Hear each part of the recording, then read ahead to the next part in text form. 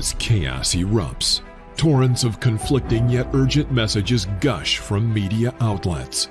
What is the magnitude of the incident, and what should people do to protect themselves?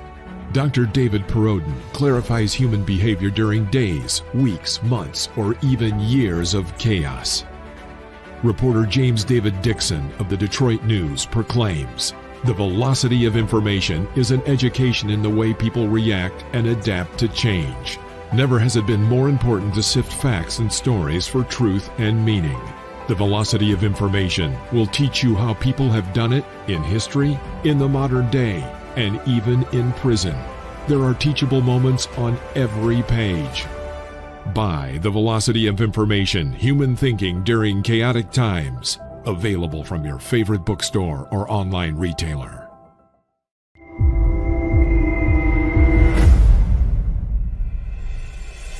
A must-read for parents, teachers, and taxpayers. Dr. David Perodin has written the most honest book about the $3 billion school safety industrial complex. Attorney James Sibley proclaims, "A brave demonstration of speaking truth to power. School of Errors rips the lid off the billion-dollar school safety industry." Using real-world examples of successful responses in desperate situations, David contrasts the expensive window dressings pitched to panicked parents with the inexpensive and effective approaches proven to actually work. Read this book before you let your school waste another precious dollar on meaningless safety theater. Buy the international bestseller School of Errors, Rethinking School Safety in America, now at Barnes & Noble or Amazon. Be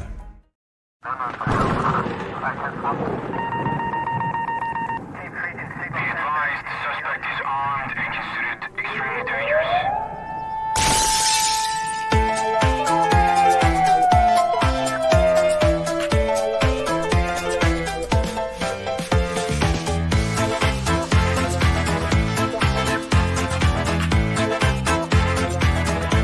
Welcome to the Safety Doc Podcast with author, radio host, and nationally recognized safety expert, Dr. David Perodin. Join us each week as we discuss the best and most bizarre practices in safety preparation and crisis response.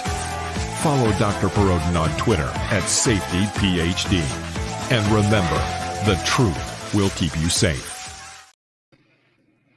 Hey everybody, this is your good friend Dr. David Perodin from down here in the historic North Star Recording Studio, where I had an electrician kind of examine the studio for some improved lighting options, which might be coming this summer.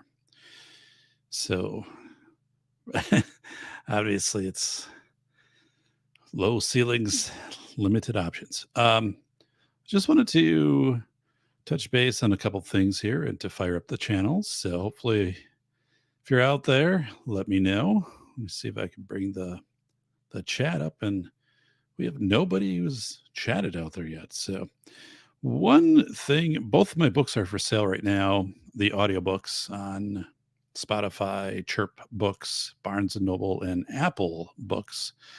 School of Errors, which I narrated, is $5.99, and The Velocity of Information, narrated by Ben Hawk, is $7.99, and that is through the end of the month. So both of those are a great listen and really a bargain price right now. So go in and grab them. Each of those has a very robust PDF companion that goes with them. So School of Errors and The Velocity of Information. So yes, I wanted to tell a story. So the thumbnail is the do-it-yourself tornado siren. So, but I think we are kind of rounding up the audience right now. So I might have to come back and retell this one. But so I had a friend in college. So he sponsored the softball team that I played on, and he lived outside of town. So not very far outside of town, but far enough outside of town where it was like outside of town. Um, and he complained that whenever there was severe weather, now this is back in the 90s, right? So, um, there wasn't a storm siren, and there was kind of this cluster of homes where he lived. So you'd rely on weather radio, and I'm not sure how good it was back in the 90s versus today, before cell phones and stuff like that. So um, what he did was, so he had this big antenna, like a shortwave ham radio type antenna set up in his backyard in this little shack. And so what he did is he went to a car show. So in Wisconsin here, there's a significant car show every year. And then it's a car show, and then they have a whole bunch of stuff they sell. In addition to that, it's like a huge flea market that goes along with this car sale. And he was able to find an air raid siren or tornado siren. Now, I don't know, you never know the backstory on how somebody came into possession of something like that. So, but it was, yeah, I think there was some story where it was like a municipality that had upgraded and then had basically ditched these things, and I don't know. But anyway, so he bought this air raid siren or tornado siren, and he then proceeded. And this thing was heavy, by the way. So when you look at those things and they're up on a pole, you don't kind of have a full idea of like how big those things are and how much they weigh. And this was a hefty one. It went around, and so anyway, he bought this thing, brought it back, and was able to get it on. I don't know if it was on top of his tower or if it was like pretty high up on the tower, and he built some platform for it. I know he understood how to do stuff like that. So, but so he put this air raid siren, tornado siren, in his backyard in the country. Again, the cluster of homes, and maybe like a dozen homes close by him. And he could activate this thing from his house, and I think from this little shack, this little cabin type thing where it was next to in his backyard. But what he would do then is he would wait for severe weather, and he wouldn't necessarily wait for the National Weather Service to issue a tornado warning or something like that. If it was getting bad, he would take it upon himself to activate the siren. Now, you'd think that would be frowned upon by the authorities or the neighbors or stuff like that. But he never had any problems with it. And he would say his neighbors appreciated it because, again, this is back in the days before you have more, I guess, reliable warning systems, but he still uses it to this day. So that's kind of an amazing story. It's been, out there for 30 years, and he still fires it up whenever there's tornadic or severe weather. So interesting. I think it goes there's some point in that story, and it's just sometimes you got to just take matters into your own hands. And he was going to make his area and his neighbors safer by putting the siren up. And I think the thing that saved him on it was he only used it during severe weather. Like he didn't test it every Wednesday at noon or something like that. So, if you get something like that and you start running in a tornado siren, when you're not supposed to, on a sunny day or something like that, neighbors are going to have enough of that. But he kept true to the purpose of it, and it's still there today. So sometime I'm actually going to get a photo of it. What was generated for the thumbnail was off of one of the image generators, which are getting, kind of good, right? The text to image generator. So, by the way, as I look at this, I think I am inverted here in the background. So let me see if I can fix this. There's definitely a very slim chance I'll be able to do this. So I think I fixed it though. Look at that.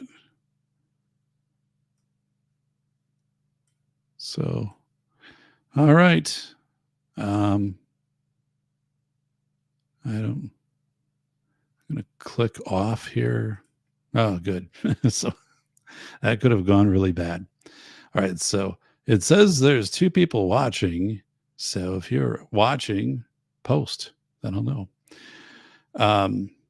So yeah, so he still has this air raid siren out there, and I don't know what he paid for it. Not a lot, surplus, and needed a little work, but he was an electrician, so not out of his scope of expertise there to wire that thing up.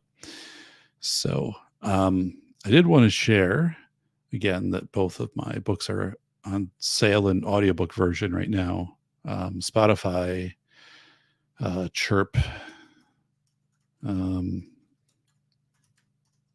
Barnes and Noble. I'm typing this out.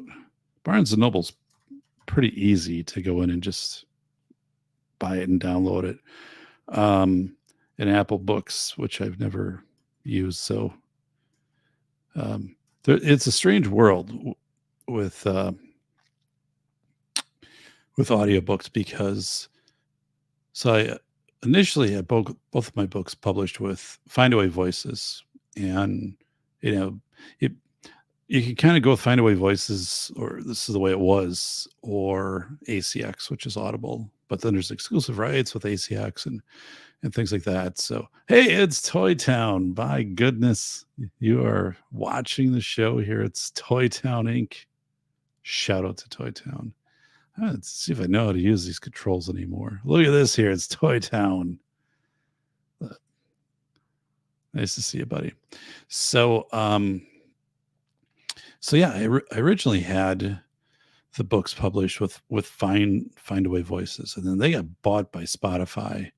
And then there was some big issue because it was either rumored or it was actual. I don't know that Spotify was allowing AI to harvest from existing audiobooks to machine learning, right?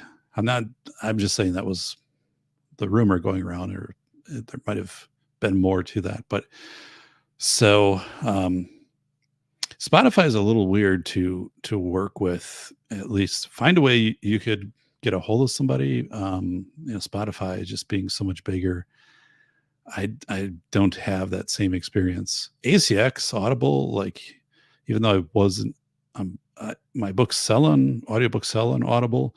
I'm not exclusive to them, but if you had any question, they get back to you right away. And it's a little harder with Spotify to do that. So you enter into these agreements, which I think my Findaway agreement was 7 years. So I still got a long time.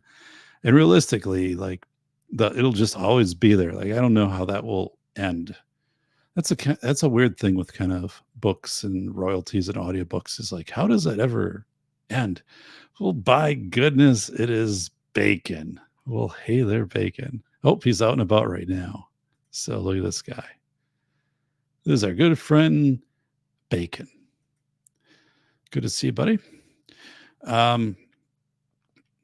He has a claw hammer in his car, by the way. So, the audiobook thing is weird because Spotify acquiring Findaway Voices, and so I don't know. But the book's All Pro Lemon is here.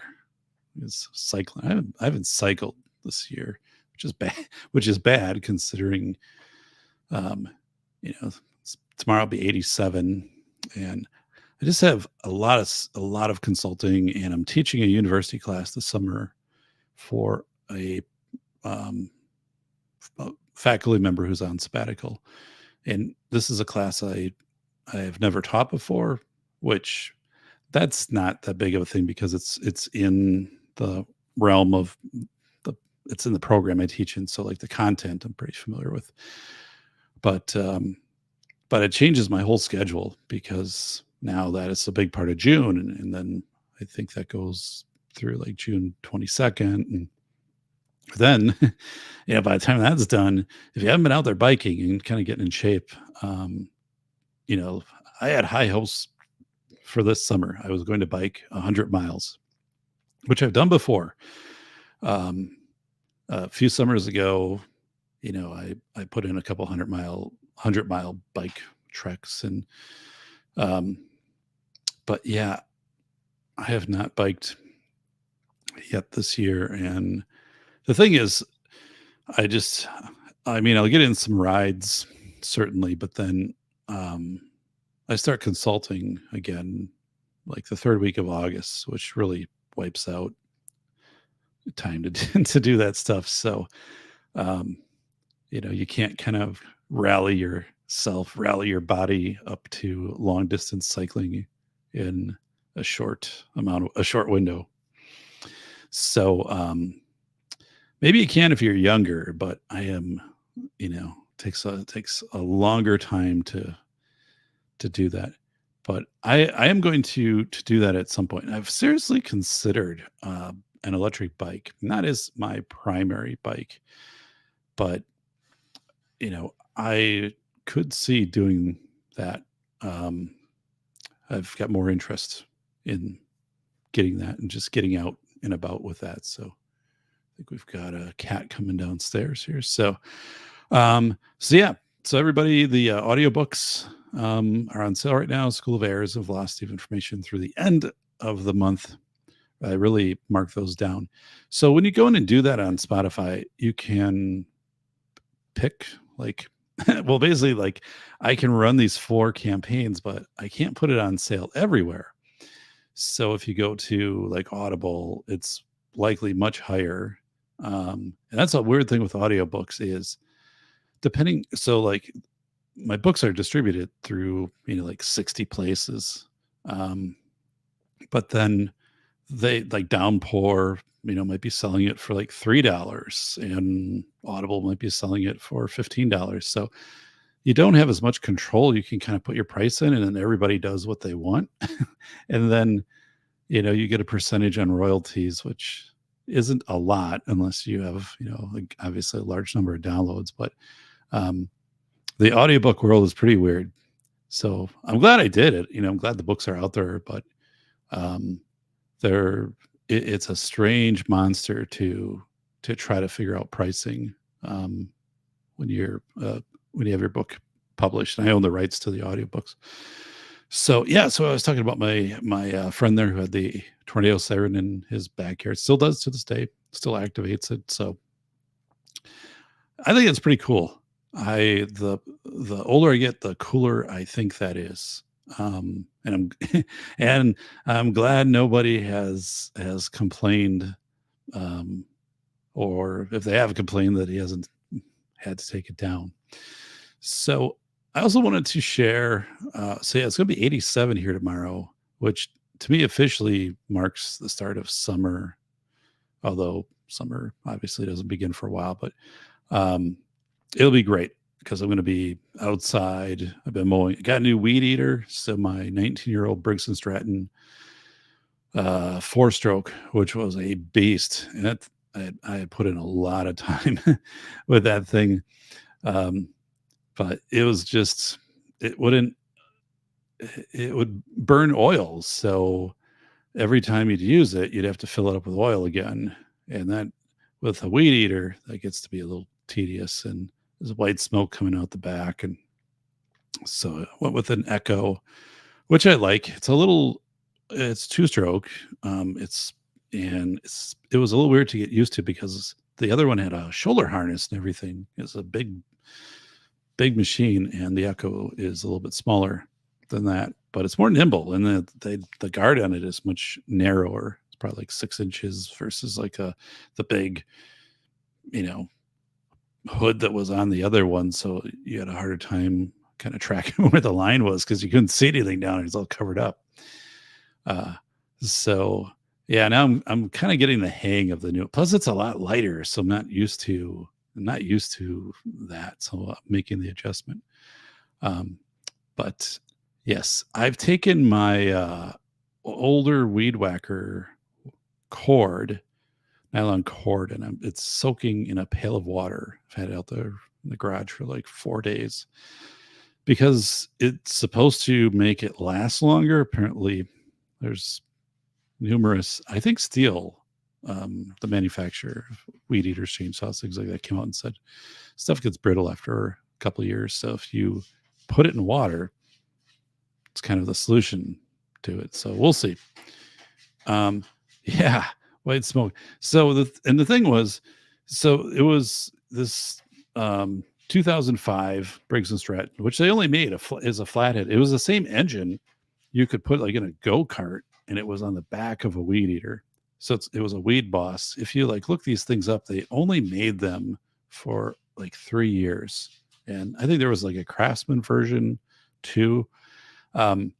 So the problem was that the oil sump basically had to hold it like straight in a straight position, because if you tilted it, the oil wouldn't get to the piston, right? So you could do that short term, but like if you're edging or whatever, after 30 seconds, like it would start to overheat. So I ran synthetic oil, and that, I mean, for as much as I would do stuff like that, and it probably wasn't getting oil, like it really, it really put up a fight and lasted a long time. But there wasn't really much I could do with it outside of like rebuilding it. And it was 19 years old, and it's like, it just didn't make sense to do that anymore. So, but I wanted to share. So the 60th review, 60 was posted today for School of Airs on Amazon. And out of 60 reviews, 59 are 5-star. One is a 4-star, which is pretty awesome. So that was cool. And I've been talking with my publisher about a possible second edition. So publisher said, we're seeing a lot of demand for the school safety content, and also School of Airs was a strong seller, had great ratings, still relevant, but would you consider updating it? So we're going to have a discussion this summer. We've had some discussions, and I'm like, I don't know. There's a lot of work. That's the thing. Like, that book took a lot of time, and I think it's it's a terrific book. So what would it look like to do a second edition? And basically, I didn't know how this process worked. You go through and you can keep entire chapters. There are some things in the book which I wouldn't change, because there's no need to go in and, if you're writing about 9/11 in the harbor rescue, right? Like, I wrote about that in 2019 when the book came out. That doesn't change now. But there are some things in the book that have aged a little bit. And I would also take out a couple chapters. So basically, if you replace about 40% of the book, you can keep like 60. So you get rid of some chapters and maybe thin some things down. And there's a few things I would tweak. But I would add, one of the things I wish I would have done with School of Airs, and I think School of Airs is a terrific book.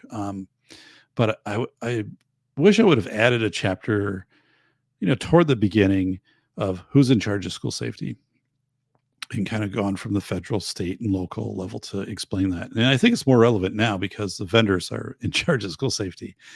So I think I would definitely hit it up on that side. But then, people don't know that the federal government doesn't have a lot to do with this. It's the states, and the states, they push it down to the districts.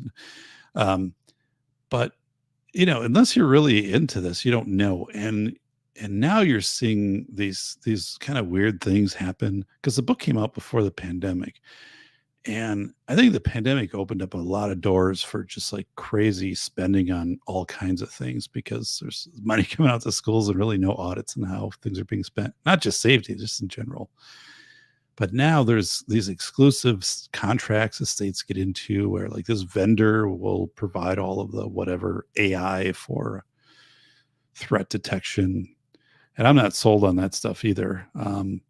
But so I think there's a need for that. And then this whole thing of liminal spaces. David Reedman from K-12 school shooting database. Yeah, he does amazing work, especially in where these incidents happen. I mean, like whereas in like in the parking lot, on the football field, and stuff like that, and mapping out, and he's showing just in general kind of like these trends of where school violence is moving out of the classroom and into these other settings. And I think that's fascinating because what I would do is I would write about that. And I've talked to David, and he would be interviewed. I'd interview him for a chapter and talk about the work that he does and a couple trends that he's identified. But I think this whole thing it's called liminal spaces. LIM. All right. So this is there's a term for what I'm doing right now. What is this? Mechanical sympathy is what it's called, which is a term I just kind of picked up this week. But mechanical sympathy is like when you know how to do something, but so you can just kind of get in there and do that. And that's like running StreamYard right now. I haven't done this for a long time, but you kind of have the sense, you're familiar with it, how to kind of figure things out. So I think there's this whole aspect of liminal spaces, which sounds really boring, but a liminal space is it's like a sidewalk, a bridge, a hallway. It's areas where they're just there to kind of get you from one place to another. Like a highway basically is a liminal space. So, when you're on a highway, you're really not tuning into the highway. You're kind of just focusing on obviously driving. But so the thing is, no one really prepares for safety in liminal spaces. You try to get out of a liminal space, right? So example is, if you're outside and you're on a sidewalk and it starts to storm and hail is coming down, you don't stay in a liminal space, that sidewalk. You try to get to a structure, right? So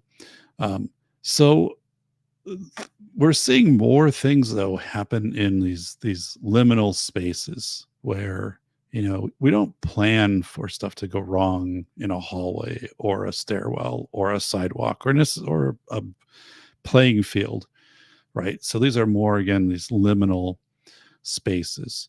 So what does it look like now that more violence events are occurring in liminal spaces, right?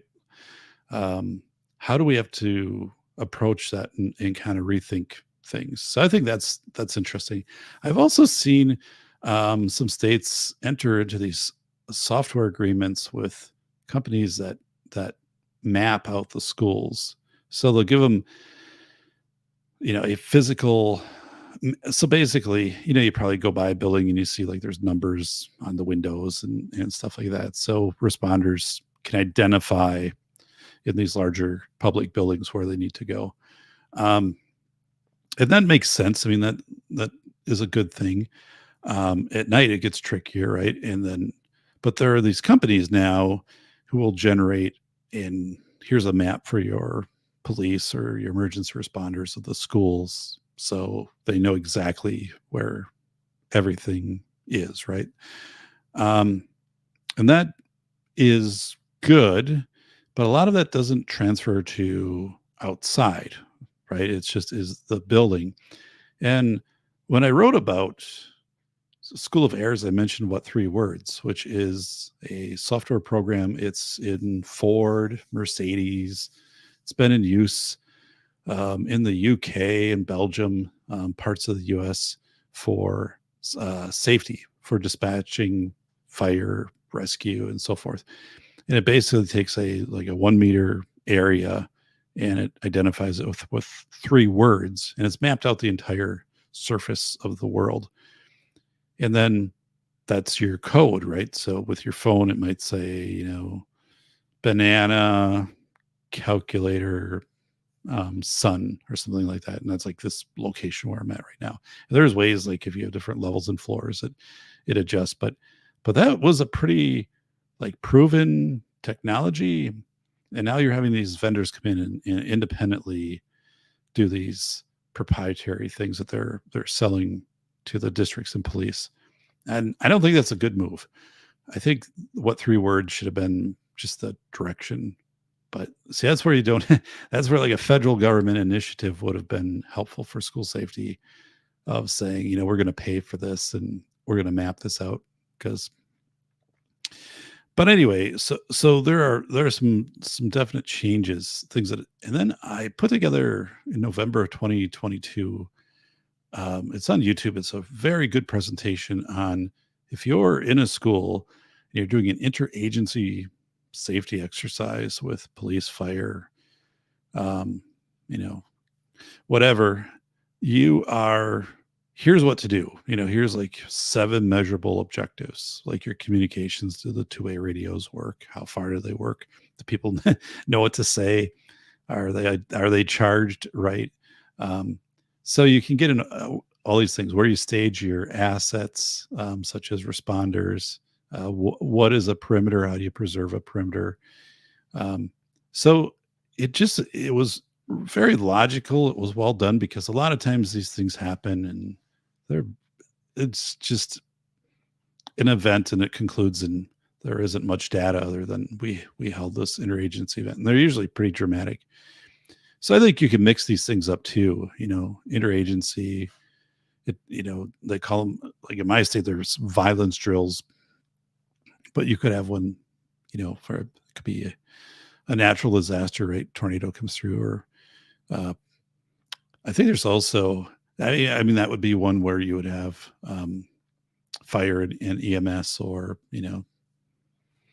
could be a boiler explosion or something like that in a school building. But anyway, I would update that and put it in the book as a chapter, and then I would do a report to the board as an appendix, and I would also do a Board of Education policy on safety drills in an appendix. So I don't think anyone has done that. And I would also change and do a chapter on students with disabilities, how to do social scripts, especially students with autism and safety. Now with the new text to image AI software, and I have one that I'm subscribed to, and I use it to kind of show potential in my university classes. But you can type in 10-year-old student who is crouching down with hands overhead in a hallway, and it'll generate an image, and then you can work that into a social story about tornado drill or something like that.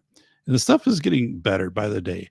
So I think people don't they don't know how to go about that. And when I teach my classes, that's one thing I encourage these new administrators, go in and do these types of things. You can write, if you're a student with a disability, it's an individualized education plan. You can have goals for safety, but there aren't templates out there of how to write a goal, for a social script.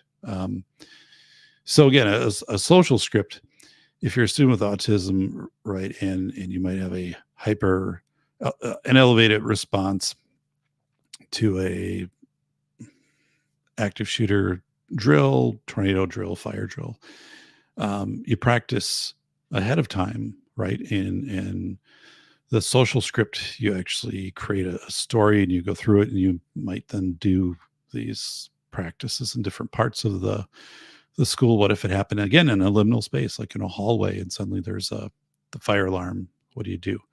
But that helps. That's a benefit to all. students, I think, especially younger students. So I want to talk about that. And I've got some other ideas. Like I kind of roughed out an outline, and I have a running document on my phone that when I come up with ideas, I just jot them down. So those would be big changes um, to the book. So then I have some content that I would take out of School Errors. So basically, you'd have School of Errors, Rethinking School Safety in America, same title, but it would say second edition, and they do put a new cover on it. So, and of course, has a new ISBN number. One of the questions I asked was, do you stop producing the first edition when the second edition comes out? Because I didn't want to lose the first edition. And they said, no, we would still make the first edition available. So I said, well, that's good. That was good news to hear. So, but yeah, so I am going to kind of step through that this summer. And then I think if I was to do a second edition, my goal would be to have it done by the end of next summer. One thing is I think, and there's certain things I can kind of start to work on now, but I think the presidential election is going to have big ramifications on safety, depending upon which way things go. So I don't want to do too much until I see how legislation kind of plays out. So, hypothetically, right? So what if there is, another stimulus or recovery act and trillions and billions of dollars, coming back into these settings? Then I also want to talk about how these districts, what the accountability looks like or doesn't look like in the past, and also school safety. I'm not sure where I want to go with that, but I want things to play out a little while, because I also think AI is going to really work its way into the school safety arena. And I've shared this, and I'm watching deepfakes, instances where deepfakes have been created and of students or staff, and then how that's investigated. And I've been following that pretty closely. I talked about that in my 2019 PBS presentation, but there isn't a good way to check that. And yeah, I mean, there are professionals, and if you really get into very sophisticated systems, you can kind of figure this stuff out, but your local police, they don't have that. So there's going to be, in schools, someone's not going to be able to eyeball whatever and say, oh, like that's a deep fake of the student vaping or whatever. So what does that look like? And I think it's going to be vendors are going to jump into that, and they'll probably seek some immunity from the state or whatever. And they'll say, upload an image and we will tell you if it's a deep fake or not with 85%. We will commit to 85% behind this, but there's 50% chance it could be authentic. And I think you'll have these scales. Like no one will say like for sure, like it's a deep fake or it's not. But I think you're going to see, I still stand by this, that schools will do something called the official record. And it'll be driven by teachers unions and also school boards, because they're going to end up having so many people accused of various things through deep fakes that they're not going to be able to function anymore, whether it's that or police or fire or you could just or just businesses, right? But let's say in the school setting, you're going to have to have some official record that you compare to, like what was said in a classroom. So that's, as crazy as it sounds, I think there will be a district at any time. There will be one district that will come out and they'll say, we're going to have all of our staff wear body cams. It'll be a condition of your employment here. And, uh, while you're, I guess, in instructing, yeah, right? But you have to couldn't take that in the restroom, right? But I think the reason is going to be, and you might have the staff who will just get to a point where they will demand it. They'll say, "I can't do this job without it because of the accusations," and then this will be the official record. Someone is going to do that. And it's like any day that will happen. Um, and it might actually be, it could be at a university level that it happens, or it could be, I think it'll happen though at a K-12.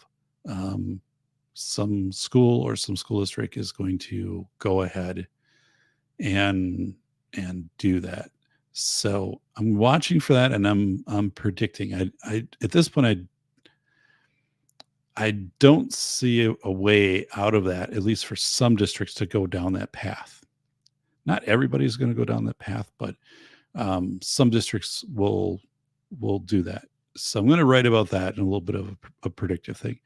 So I think I'm going to be right on that, because largely my 2019 PBS presentation on school safety was accurate. The things that I was predicting would happen in the time frame for like the deep fakes and stuff like that, pretty much did all pan out. So it was interesting. In Velocity of Information, I wrote about 3D printed food. And, because during the pandemic, there was this, there's just a lot of fascinating stuff in the Velocity of Information that we forgot happened in 2020. Like, companies relaxed their patents on things, so you could go in and 3D print parts for ventilators and stuff like that. But other stuff kind of got relaxed for a period of time. So you had this whole kind of 3D printing community that was rallying. And I think I was looking, and I saw that GE had a position paper and some other stuff out there of like 3D printed food. And I thought, not that I'm for 3D printed food, but I thought the trend line was going to be that you'd see restaurants now that would have some degree of 3D printed food. Your fast food restaurants, especially being driven by the cost of labor. And it hasn't happened yet. I mean, you've got robotics coming in, so like that's happening. But the 3D printed stuff, I thought and I thought 3D printing, it was going to be much more of a rapid development in retail than it is. Like, when I wrote about that in the book came out in 2022, Velocity of Information, I was saying, how far away are we from you're going to your Napa Auto Parts and you need a part for your car? So they punch it in, and then their 3D printer produces it for you in their metal printer. So it's Ron Wayne, the Kentucky Batman. Here he is. He's a Kentucky Batman. That guy. It's Kentucky Batman. So I'm a little puzzled by that. The 3D printing hasn't taken off yet on that kind of commercial level, and even hitting retail, that there would be certain things that you would order. It's Misty, Mrs. Wayne. Look at this. So it's actually, this is the first time it's a short sleeve shirt. The basement is not heated. So between like November and up until like a week ago, it's just cold down here. So this is the first time it'll be 87 tomorrow. Like, it's been warm enough to do the short sleeve shirt, which is nice. It's a Kentucky Batman. And as I said, I had an electrician. We had some work done upstairs in the kitchen, some modern, making that more kind of modern lighting and stuff. But I had him look down here, and I'm like, what ideas for like giving you a little better light in the office, because the ceiling's low. And So he had a couple ideas, but it's also like the way the rafters run and there's ducting on the other side. And it's not like a real easy project. And I don't want to put a lot of money into improving the lighting down here. I think if anything, I could get like a kind of like a big goose arm lamp. I saw one at Menards and I almost bought it. Like I was holding the box and I was like, but um, but it wasn't quite what I wanted. But there's almost like track mini track lighting I could put in, but then you're kind of committed to that stuff, and if it goes bad, it might be hard to replace. So I don't know, but we bought a new refrigerator freezer. We went from a 22 cubic foot to a 28.7, and it's impressive. You open it up and it's got the LED lighting at different levels, and it aims toward the food. So it's just um, you know. So the thing is, it's going to be delivered in 2 weeks, and my cabinet, I didn't have enough space for it, so my brother-in-law was able to shave the cabinet down. Um, but it still is. It will be a very close fit on the top, and everything I measured out, it looks like I'll make it. And because it's open on one side, like I don't think I'll have any problem with like ventilation and stuff like that. It's significantly bigger. It's wider, but we had room to go wider. That wasn't an issue. The only issue was the height. So this should make it. If not, I don't know what to do because it's a big fridge.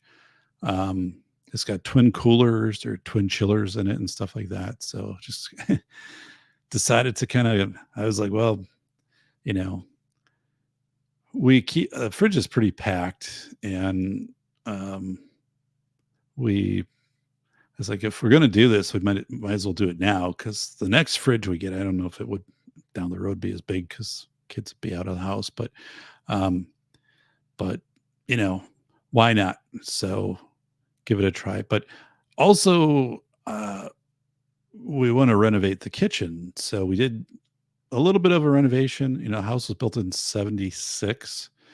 So the bathrooms, we got it a few years ago, completely down to studs, had that all redone.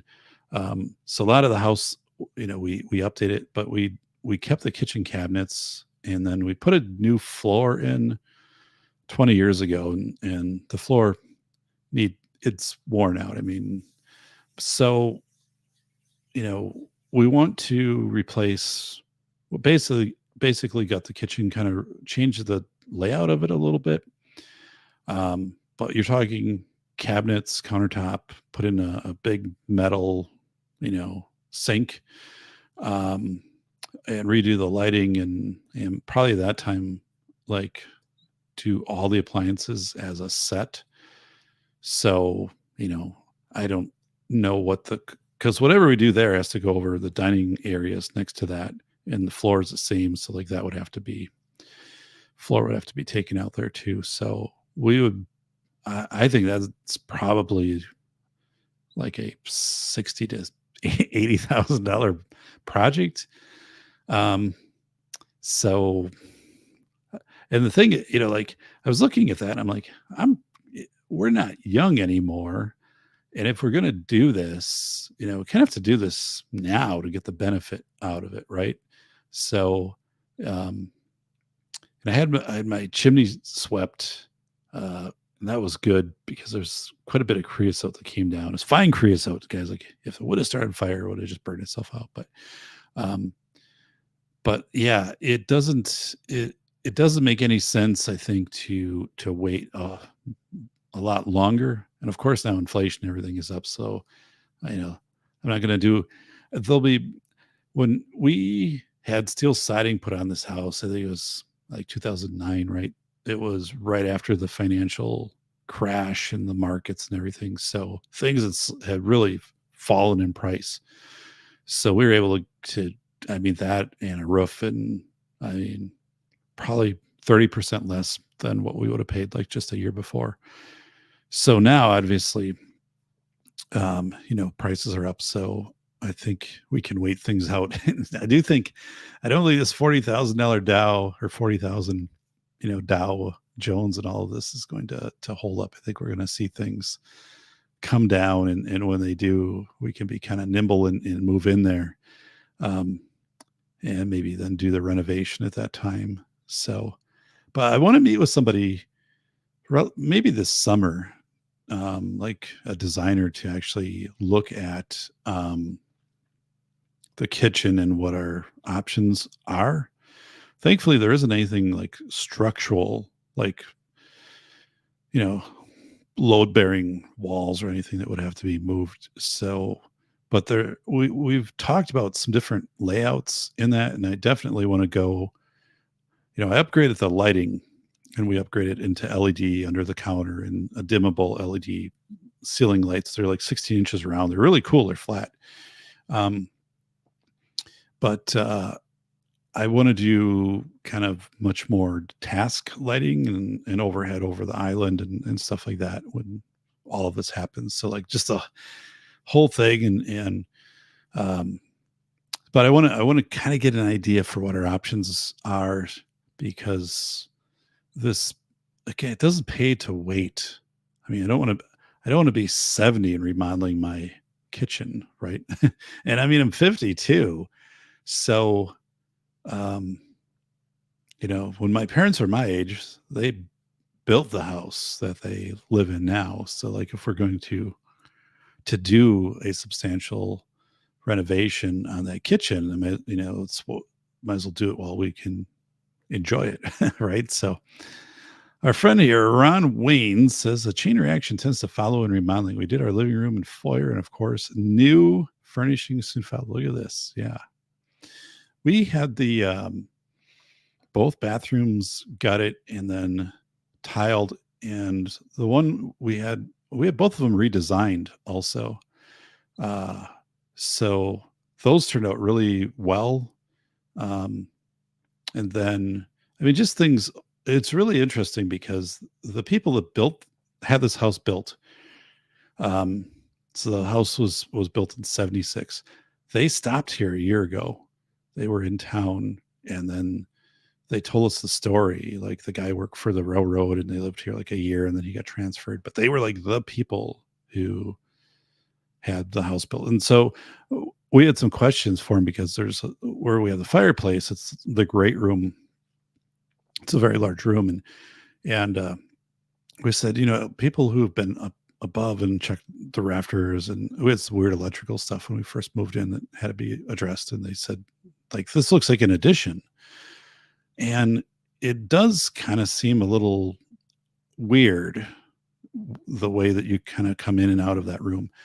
So we said, did you add this on? And he's like, nope.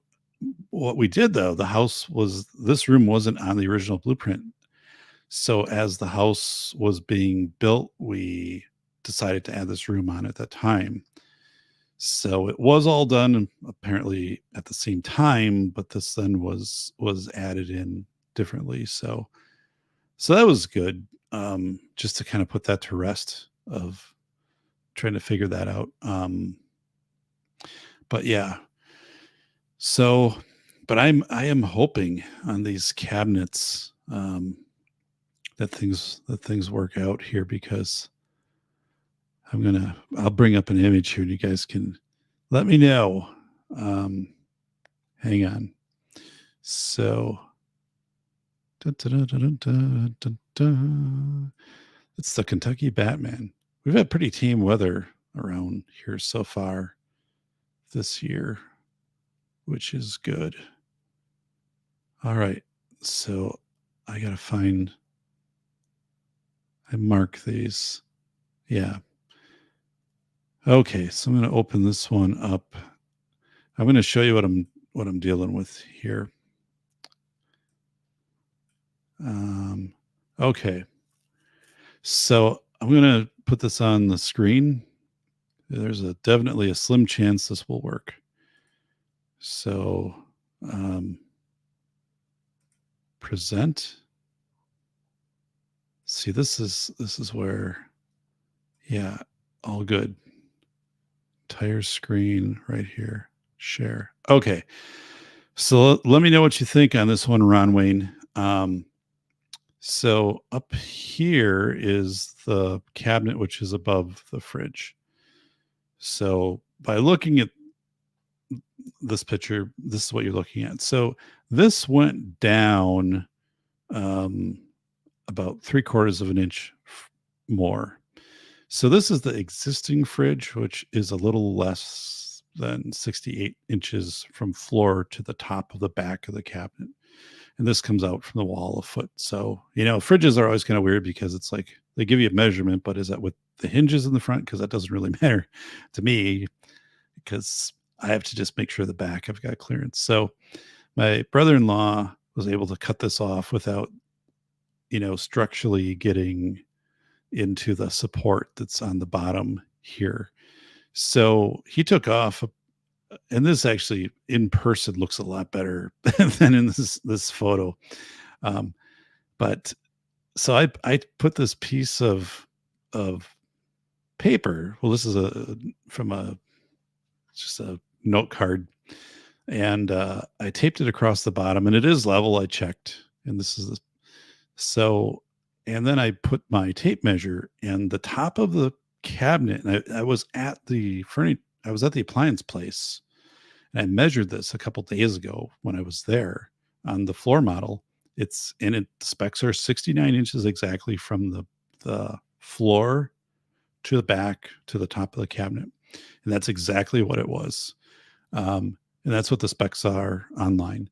So I'm looking here and I'm like, ooh, in the front, I've got 69 and an eighth, which should work. And again, the side is open. So where the tape measure is, like that side is open. So I'm not worried about the fridge like not being able to breathe and get enough ventilation because again, I've got one whole side that's open. But I'm like, oh man. Now the thing, so I'm pretty sure though they'll be able to get this in, and and there's still a little bit of space under the cabinet, but if it doesn't fit, the cabinet has to come out, has to be the end of the cabinets, and then that creates a weird look. But I think this will be fine because it's on a wood floor, and again, I measured, and I've got an eighth of an inch. Actually, I've got just a tad more. But I want to show so the wall isn't flush. And so let me stop screen here. So yeah, I think they'll get it in and everything else fits fine. So let me give you a couple images to kind of give you some context. Well, first, let me just give so you know what I'm talking about here. So, all right. So let me bring this up. All right. So this is the current fridge. So this is a laminate floor, and this had a metal locking system underneath it. So we had this put in 20 years ago, and it's been really good. But it's starting to kind of warp in places, and the laminate's worn off. I mean, because it gets a lot of use. So that floor needs to come out. But it was really this interesting thing. Yeah, it all connected with it's all metal underneath.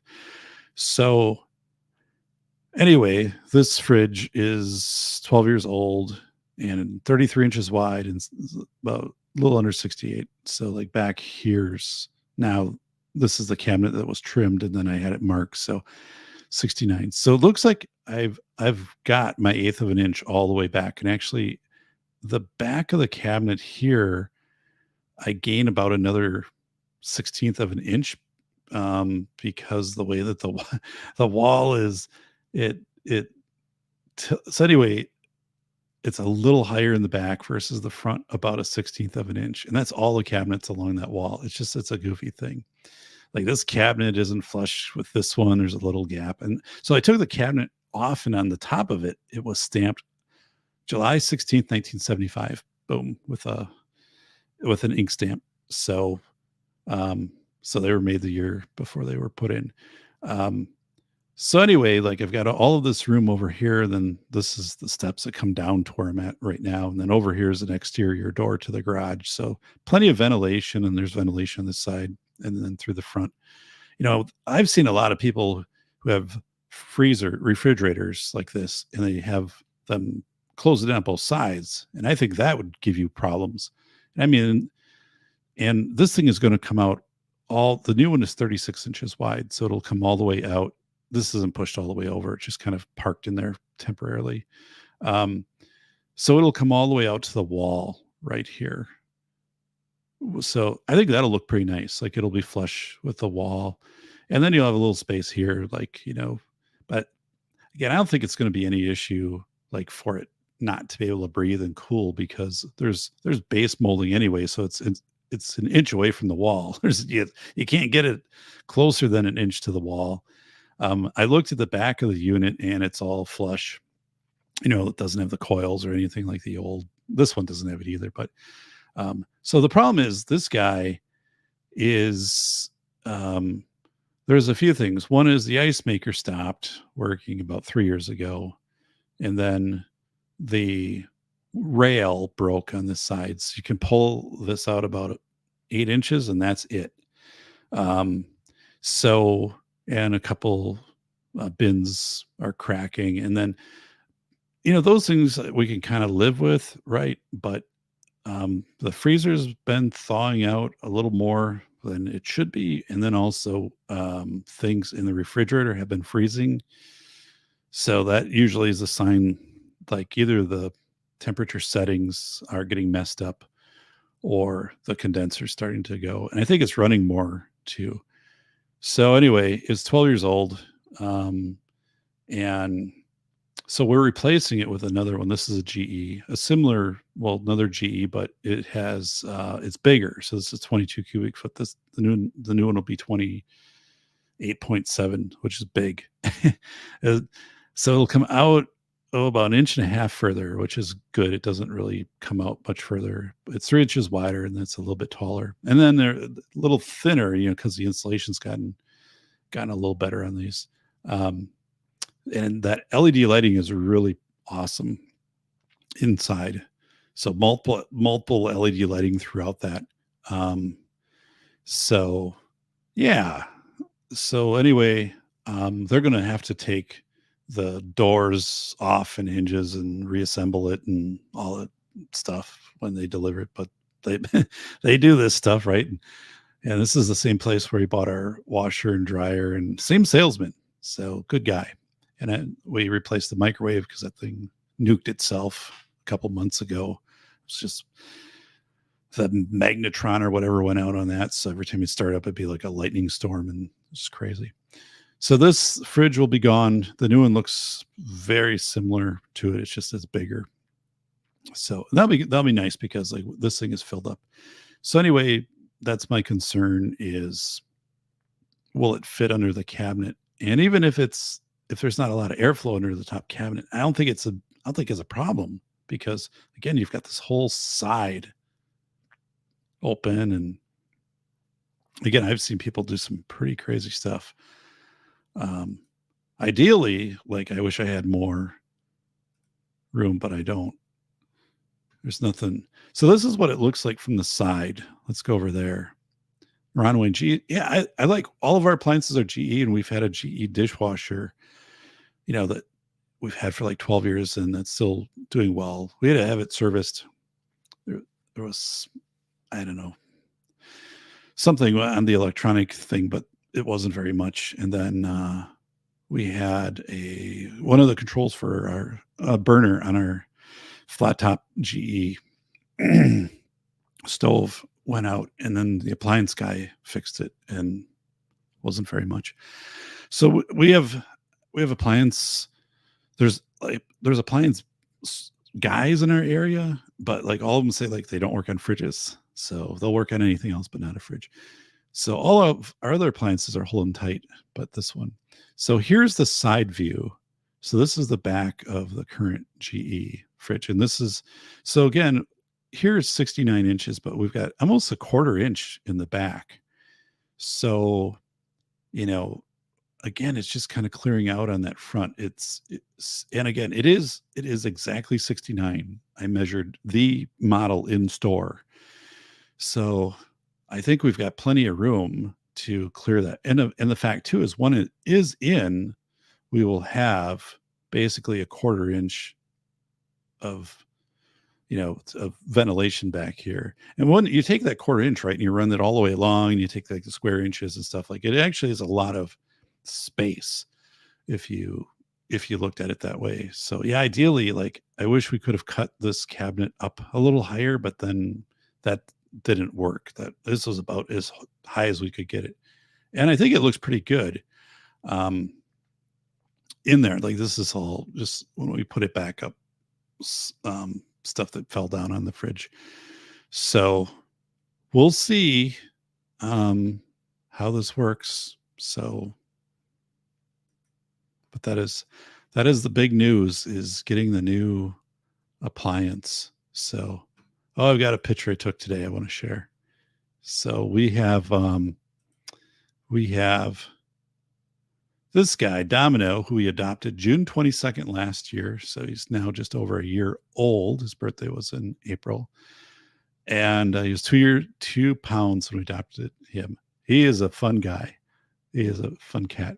So I was outside and he's on his cat tower, and there he is looking out at me. So pretty fun. I'm looking through the window. There he is. He's in his cat tower. He's really done a number on that thing. And that is an expensive cat tower. That was custom made. I think it was like $800 for that cat tower. It's like just a piece of furniture, and he's taking the sisal rope but that's the purpose of it, right? So I'm going to have to spend some time and kind of rework that, but good guy. He is a good dude. And then let me see if I've got it here. So we have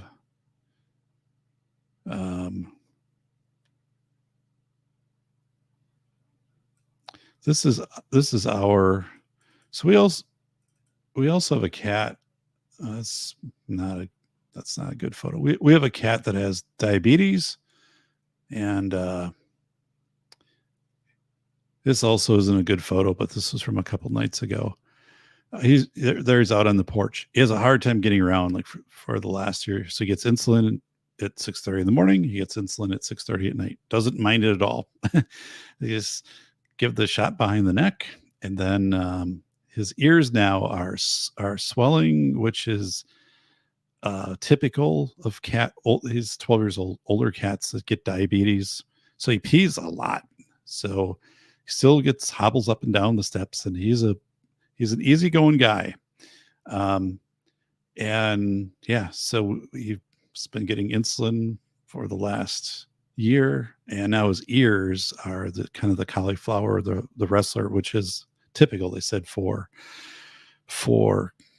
diabetic cats. So there's not much we can do. It doesn't bother him. He doesn't scratch his ears or anything, but they are kind of fluid filled and puffed out. So, but his name is Bojangles, and the cool thing with him is when he was a kitten, our youngest daughter was like 2 or 3, and she could, she would pick him up and carry him around, and he was very docile. Like that didn't bother him at all. Like today, of course, couldn't do that, and he kind of got a little ornery as he got older. But when he was a kitten, he just was he was very, very easy to for the kids. And then here's that other guy I showed you, Domino, our kitten. So he likes to go underneath the couch, and then he waits for you to sit down, and then the paw comes out and he tries to grab you with the paw. It's the agorizer. Look at this, the agorizer's here. So yeah, it's too bad for Bojangles. We had a cat last year that had cancer, was diagnosed with cancer in August of 2022. And he just kept getting bigger. The cancer was swelling, bloating his body. And he stopped eating in April of last year. And then we knew like that was it. So took him to the vet because they had diagnosed the cancer, but he lived for like 7-8 months with this pretty rapidly developing cancer. And again, he was still getting around and seemed to,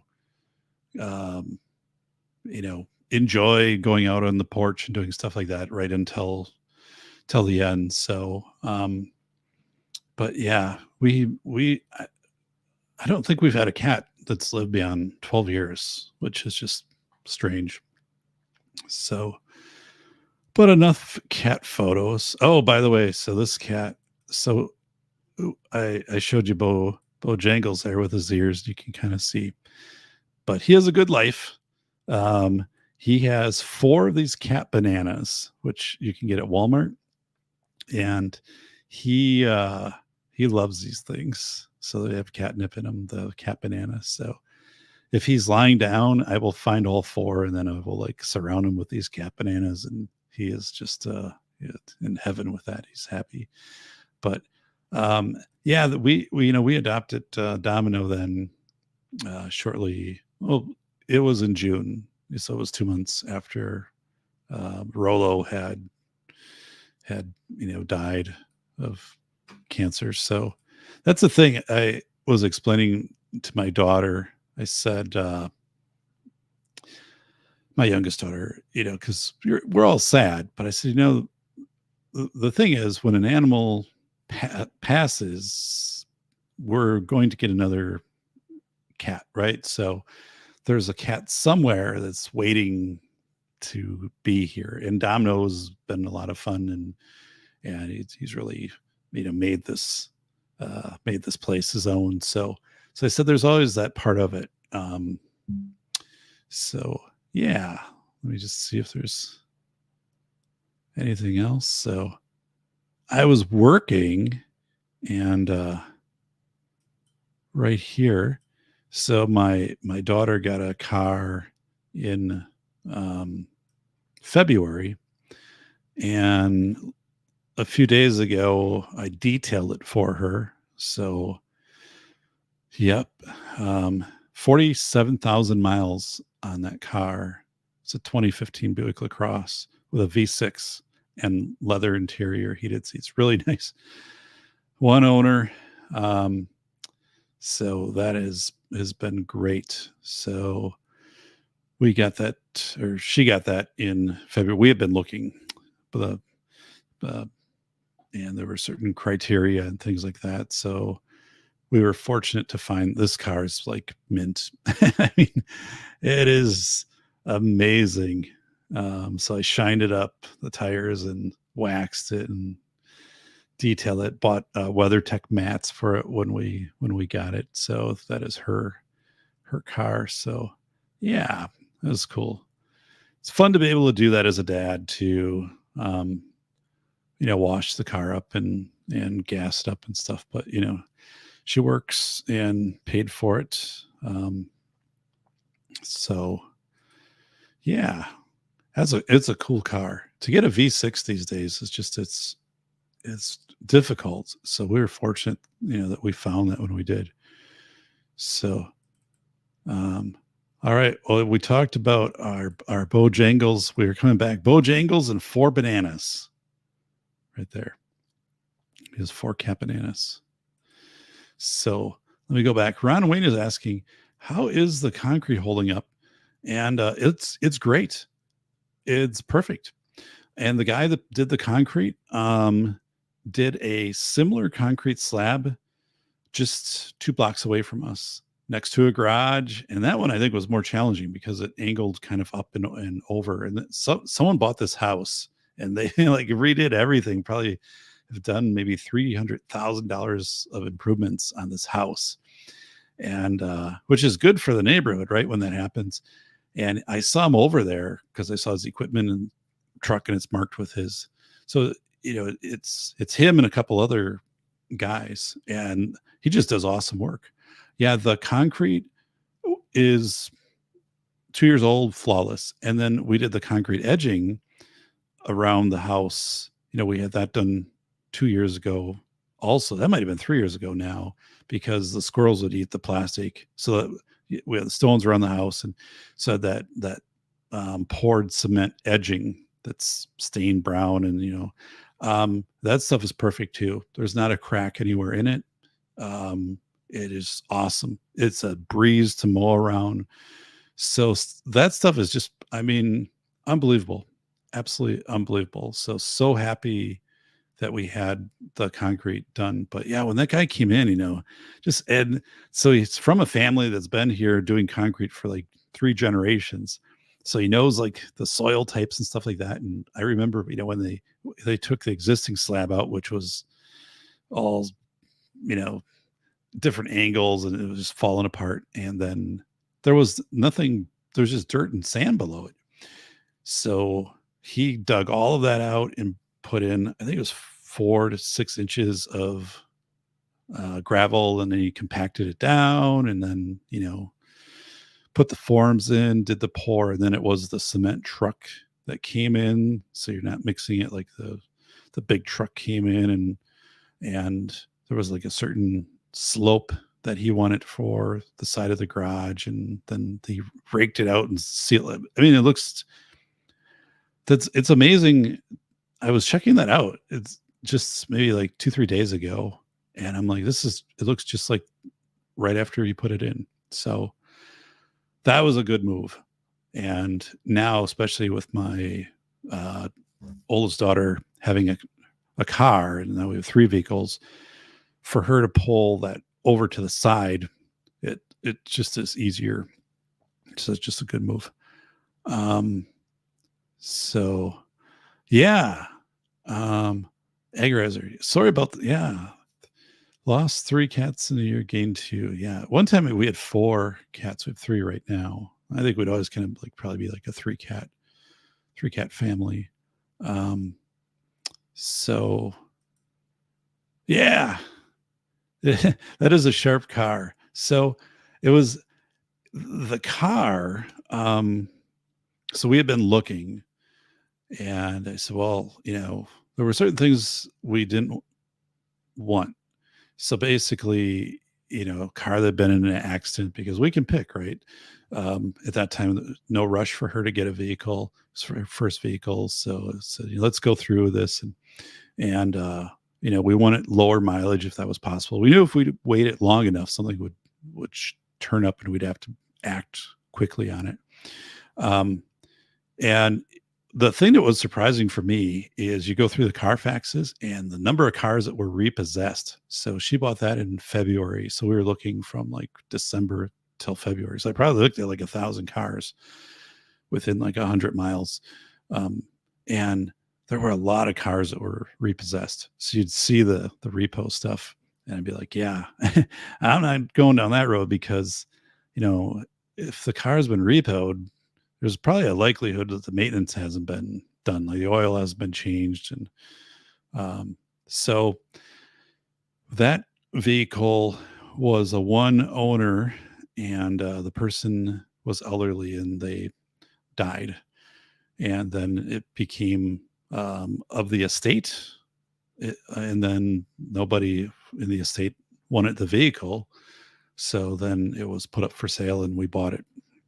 And it is awesome. And I took it in to the dealership where I bought my car, and we bought the SUV, the GM dealership, and they looked at it and they're like, yeah, this thing's great. Everything is terrific. And yeah, and it has been awesome. And to have that V6, and she likes the heated seats, and it has the backup camera and the backup sensors on it. So kind of when that, but not like crazy tech. But it's been a really good car. And it's one of those things too, we can kind of swap in if we need to use a vehicle, like, so just a good thing. And we were able to get it for a great price, because, she had saved up and had the money to purchase it, right? Didn't have to go through a loan. And because it wasn't a new vehicle, and if they wanted to just kind of move it, So, um, yeah, but so that was cool. So yeah, so I'm thinking Ron and Misty and Agorizer. I think the fridge will fit. Um, I'm not too worried about it. Um, so I'm not thrilled about n- only having an eighth of an inch. But the thing is, it just has to clear. Like that's it. It just has to get in there. So like our microwave is built in and our dishwasher is built in, and there's only an eighth of an inch on each side of that, if that. It's probably tighter fit than that. So like that's it. Um, and once that is in, it's going to be nice. Because going from 22, which is the biggest fridge we've ever had, 22 cubic feet to almost 29, that's a big jump. There's a lot of space in this thing.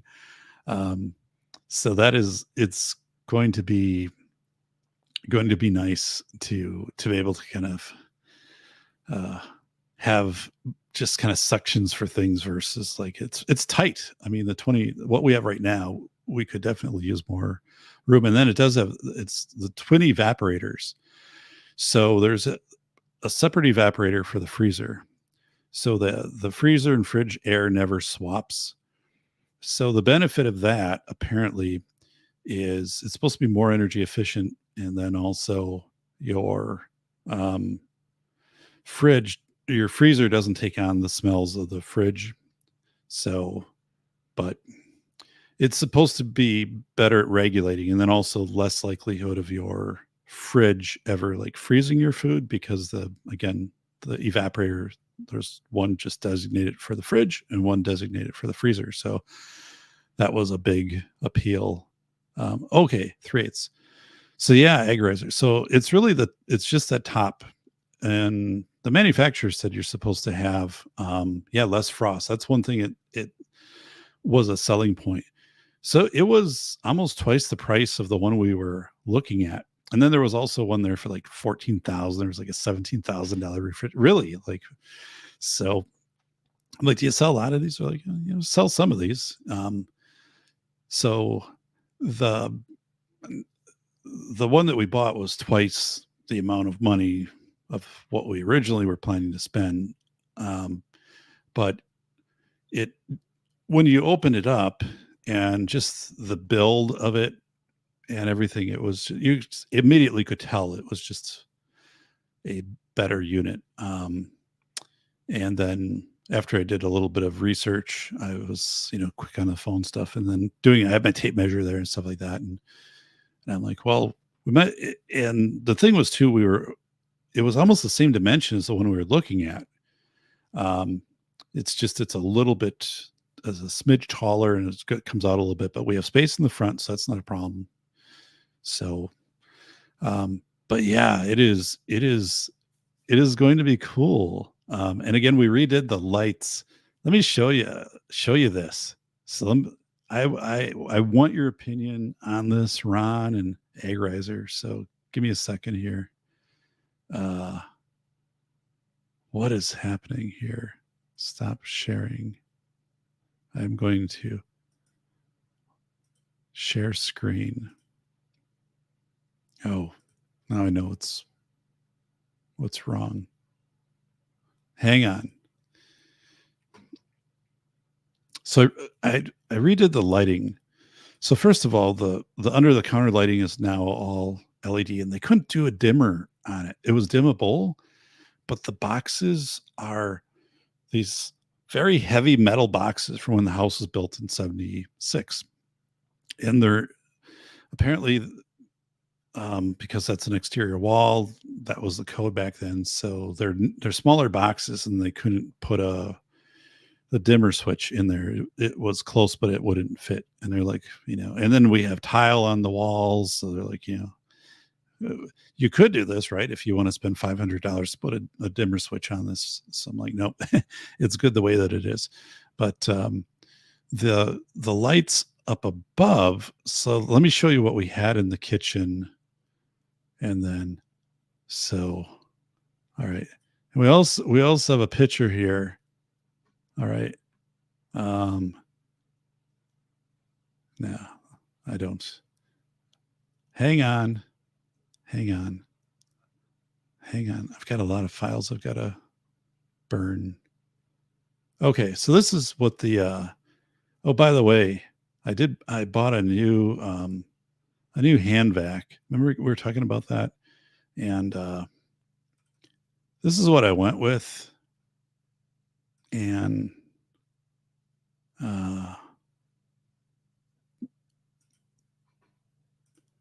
it's okay. So this is a Black & Decker chargeable, and it has 2 settings, which really is pretty useless. It should just have one setting, which is the super high setting, because who's going to run it on low? But it opens up and it has a washable HEPA filter and a washable outer filter, which is a pretty cool feature. Like my other one was just kind of it, it was old, and it the head pivoted on it, and that broke. So you like had to hold it in one place while you're using it, and it was just kind of weird. So this thing, I think, was $70. Normally it's like 90 or something, and it's been good. So, and you open this up, and I basically use it in the cars and to clean the stairs and stuff like that. So, been pretty happy. I've been looking at those bigger, like DeWalt models. I checked one of those out in person, but then, then I'm paying like almost $200 for a vac. Plus I got to do batteries. And I'm like, I'm just not that committed to a hand vac. And in the vehicles, like this seems to do the job of what I needed to do. So this has been a nice upgrade. But yeah, I mean, maybe there's a time when I would go for something, because otherwise you got to get the dry vac out, the wet dry vac, and that's a pain because that's in a box, and then this one I just take. So pretty nice. It's sitting on the freezer, the old Gibson freezer that we bought 22 years ago. Still doing great down here. This is very close to me. It's like 10 feet away. So let us get this out of here. And I want to show you the lights in the kitchen, get your thought. So this is what the lights looked like in the kitchen. So these are, so as you can tell, like this was a fluorescent tube and the ballast burned out, and then this was fluorescent. And so both of these are replaced. So this one is bigger, and so it's pretty cool. And then this is the switch that they were able to straighten this out, but of course a tile, and there wasn't much they could do here because the box is a heavy metal box. So it's my backyard. But so anyway, these lights up above, I thought they looked, I was never a big fan of these. So originally when we moved in the house, there was tube lights. So fluorescent tube fixture up here. It was kind of like an oak thing. And that looked pretty cheesy. So we had that taken out. And then this is a junction box. And then these were put in. So these are cheap. That's plastic. And then gold. The problem is nothing else in the kitchen was gold. And then these are round fluorescent tubes. So of course, like part of your light's going up toward the ceiling, and then you could see the tube through the fixture. And I thought that never looked good. And then, so to me, these weren't very effective. I don't know what the lumens were, but it's hard to get. So lumens is your brightness, right? But that's hard to really figure out on a fixture like this, because how much is trapped in the fixture and how much gets up toward the ceiling. So anyway, I thought these looked pretty, I didn't like these. So let me know what your thought is. So look at Misty, Mrs. Wayne. You have a Gibson. That thing has been awesome. It's we had to defrost it like once or twice, but it's super reliable. So it's not very big. I wish when we bought it, we would have got it a little bit bigger, but there's no need, especially now that the fridge we bought, the freezer is bigger on that. It's bending ballistics. Look at that.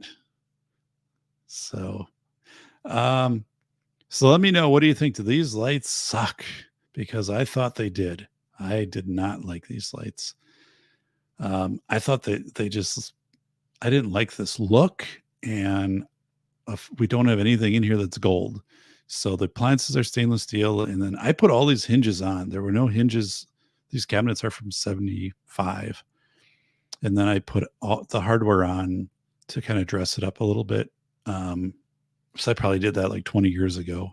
And I think it looks good. I mean, the hardware to kind of bring things together. And we had the countertop was put in. It was like a 70s. Well, it was the original countertop. So anyway, I think these lights were horrible. So cheesy. Wallpaper. That's not wallpaper. That's etching. My wife did that probably like 15 years ago. So that is paint. That's stenciling above right there. So that's another thing. I would knock this out and I would run the cabinets all the way to the top. I wouldn't do this stuff going on here. So, or I would have the cabinets built where maybe there's like 6 inches here, and I would run the cabinets a lot higher than what's going on here. So that would be a change. Like this little microwave, this cabinet above the microwave is exactly what I needed to go above the fridge. Like that would have given me plenty of room. But so there's the new microwave. That dishwasher has been in there a long time doing the job. So anyway, these lights. So let me show you what I replaced them with. So those are out of there now. And the new lights are dun, dun, dun, dun. Here we go. Here are the new lights. So I think those look a ton better. So they're less than an inch. They're LED. They are on a dimmer. They're dimmable LED, and it really bright. And then the lights are the new LED lights are under the counter, so they're on too. So, but I like these. I think it looks really nice in the kitchen. It sets it apart. So, much brighter too. You know, the light is going down, but I like this look. Like it to me, this is just in this setting. Like I don't know if I would do it in any other room or whatever, but I just think it makes the kitchen look modern, and the white, you know, just kind of blends in right with the ceiling, and it just is. It's so much more. So it has a 110-degree light beam coming down, so it gives you great coverage. And again, it's on a dimmer. And the cool thing with the dimmer is, so it's an up and down. Wherever you set it, that's where it'll always like turn on, and you can like change your dimmer settings. And then you can also change like the Kelvin settings. So we have these at 3000 Kelvin, but all of the lights, all the LED lights are changeable. So you could make like the daylight setting. You'd have to go in and actually take the fixture apart and do the setting, but we'd like the 3000. But I think these look great, don't you? Like we couldn't recess.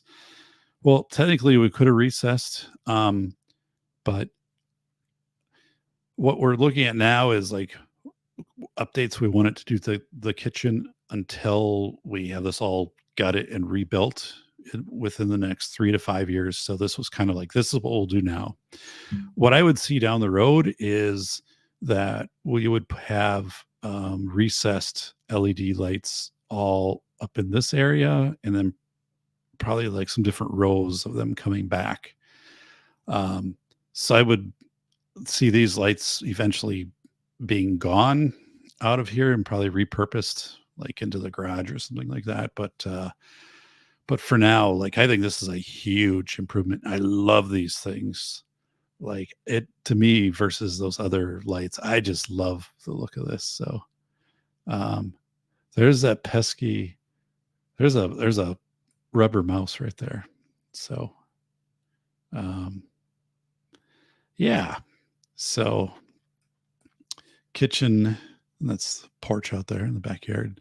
Left side of screen. There's a pesky rat. Recess the lights bending. Yeah. So these that's what I intend to do when we have the kitchen remodeled is everything would be recessed. So right now, like these are less than an inch. Um, so I really like these. But yeah, down the road, like I would do all LED recessed lighting, and then I would have multiple switches so I could have different levels and stuff on dimmers. And I've got some ideas. So, and I would have it so the whole counter has task lighting above it. But we have some ways that we want to reconfigure this area. But yeah, I think this is just wasted space above. And I would make use of that. I mean, again, I would maybe come down 6 inches, but I would have the cabinets built. Because I think there's always stuff you can store in the top of those cabinets. So I definitely would do that. So yeah, anyway, and this kitchen we would replace with a big steel kind of farmer's sink would go into here. This is like a crayon sink, which when we had this done, like they told us was really a great thing, and it has not has not been a good sink at all. Like it discolored and it's all marked up. It was supposed to be like super durable, but it is what it is. And it was the countertop was delaminating. We had that put in, so I had to above the dishwashers. So last year, maybe not last year, maybe I don't know, 4 or 5 months ago, I put glue and I clamped this entire thing all the way, and it held up. So yay.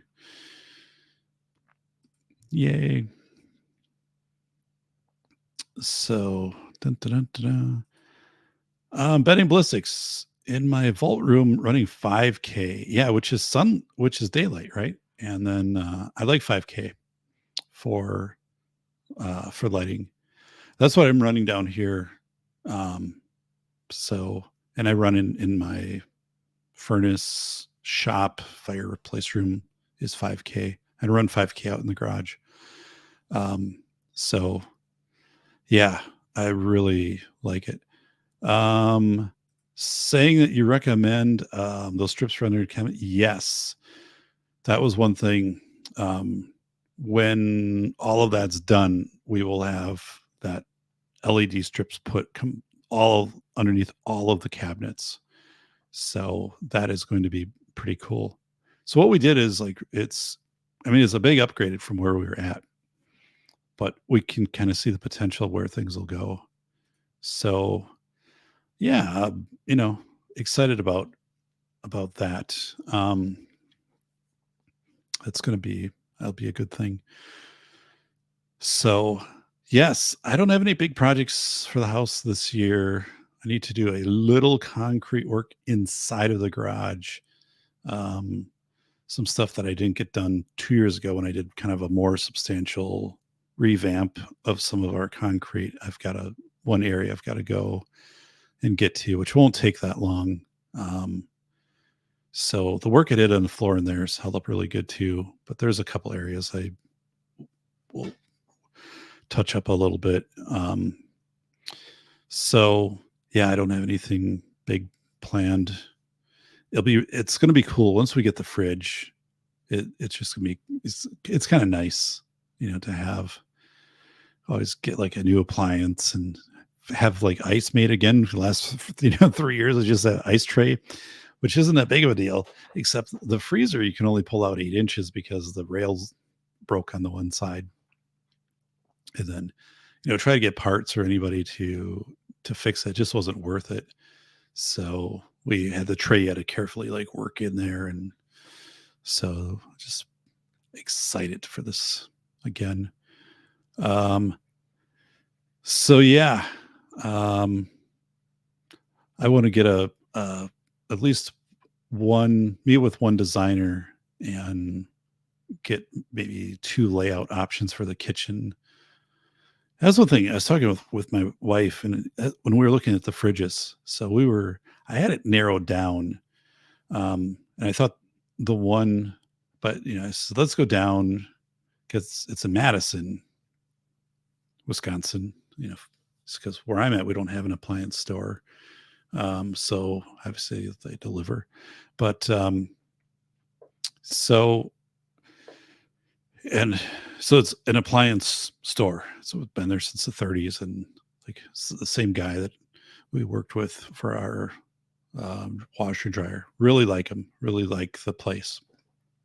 And um, so I said, let's check this out because like I'm not comfortable getting a fridge without an in-person check of that and the other options. And we stuck with GE because our other appliances are GE. Really, we had good luck. I mean, this fridge gave us 12 years, and that one I showed was not, a high-end fridge when we put it in.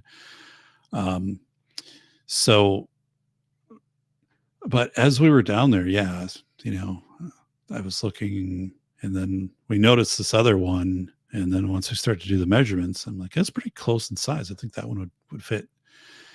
And again, it was twice the price, but I'm like, if you amortize that, right? If you're looking and saying, if a fridge lasts even 10 years, if you're paying an extra whatever a year to have a better fridge, that's not that big of a deal. So I would much rather go, but I don't want to go crazy on a fridge either, so we didn't do that, but it was definitely, in my opinion, worth doing that.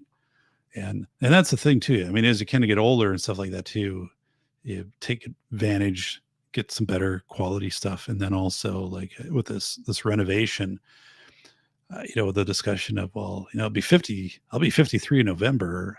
And at what point, like, you want to renovate a kitchen, like, so we can enjoy it. As I don't want to renovate it in 15 years. Want to renovate it now so I can enjoy, the kitchen. So Betting Ballistic. Oh my God, at Menards. I used to work at Menards in college. It was a great job, by the way. And I worked in the plumbing department and I learned a lot. One of the cool, and that was back like in 91, 91, 92 when I worked at Menards. And one of the things with Menards back then, which was really cool, well, they would always send you stuff like every 4 or 5 months, you'd get something from Menards as a gift as an employee. Like I still have a beach towel from Menards, and then they sent out like a die-cast metal race car of the Menards car, and it was cool stuff like that. But they would show you at the plumbing desk how your sales were doing compared to all the other Menards stores, like in real time. And the store I worked at, we were typically number 1 or number 2. So back in 91, 92, I don't know how many Menards there were, not as many as there are today, but so you would be able to see in real time how your department was doing across other like 45 different stores, right? And they filmed the commercials in our store. So the Ray guy from Menards, who you might remember, Save Big Money, he would come into the store, and then that would all be filmed after the store would close. And I remember one time in plumbing, we had to set up a display specifically for the shoot. So you got it set up, and then they would come in and they would set up the lighting and stuff. And then Ray would come in and they would film it after the store closed. But I thought that was pretty cool that you could see how you're doing against the other stores. It was a great place to work in college. So I loved it. Benny Ballistics, hey, got a new Maytag mechanical washer dryer. Awesome. Yeah, so ours are GE. We've had them 3 years now, and they've been working great. So big step up over what we had. I worked at Menards back in Milwaukee. Hey, buddy, in high school. Wow. I worked in the Wausau, Wisconsin Menards, which that building no longer exists. They tore that down and put in like a big bypass in that area, and then there's a new Menards, a different place. But of all the jobs, like a college, and the cool thing of working back then in a Menards was like every shift, you always had like 5 or 6 other associates in your department. It was never like just you for plumbing. So, and we did like a massive amount of volume of sales. I mean, it was crazy because plumbing also included like everything, fireplaces and chimney that was in plumbing. So, and all of the natural gas like fittings and stuff like that were in plumbing department. But yeah, I loved it. It was a great job. And outside of Menards, like as you leave the parking lot, there was a Subway. So you could stop, you get like a foot long sub, like a meatball sub for, probably like $3 back then. It's good stuff. So save big money. Oh, we had the grills in our department too. Kind of weird how like they all got kind of put into plumbing. But anyway, I loved it. It's a great job. So, save big money when you shop Menards. So, yeah, so I'm teaching a course this summer, and I'm filling in for instructor on sabbatical. And the university sent out a really nice new name tag. It has a magnet on the back and stuff, like really professional. It arrived in the mail, and so that's always good because you never want to pin those things on. But so very interesting. Look at this here. I started my own machine shop, Benny Ballistics. I jumped in feet first, and things were rocky at the beginning. Now it's busy. I'm turning down work. Yeah. I'm looking. This is the most consulting that I've ever done right now. I am. It's pretty crazy, and also like doing this class. I haven't had a lot of time devoted to prepping for that class yet, so like I've got to get back in and get that class ready. But this is the most consulting I've ever done, and one of my biggest clients is not returning. And that's kind of weird because it's been a really good partnership, and it's just, the dynamics have changed. They've grown a lot and are just going in-house with everything. And actually, like looking at their situation, that would be probably what I would recommend to them. Things had gotten really smooth, like really well put together to the point where what I was doing, really they could be doing. So, but it is a weird, it's a weird feeling, but yet like there's a new client I took on, and they already re-upped a contract for next year, like in advance. I mean, way in advance.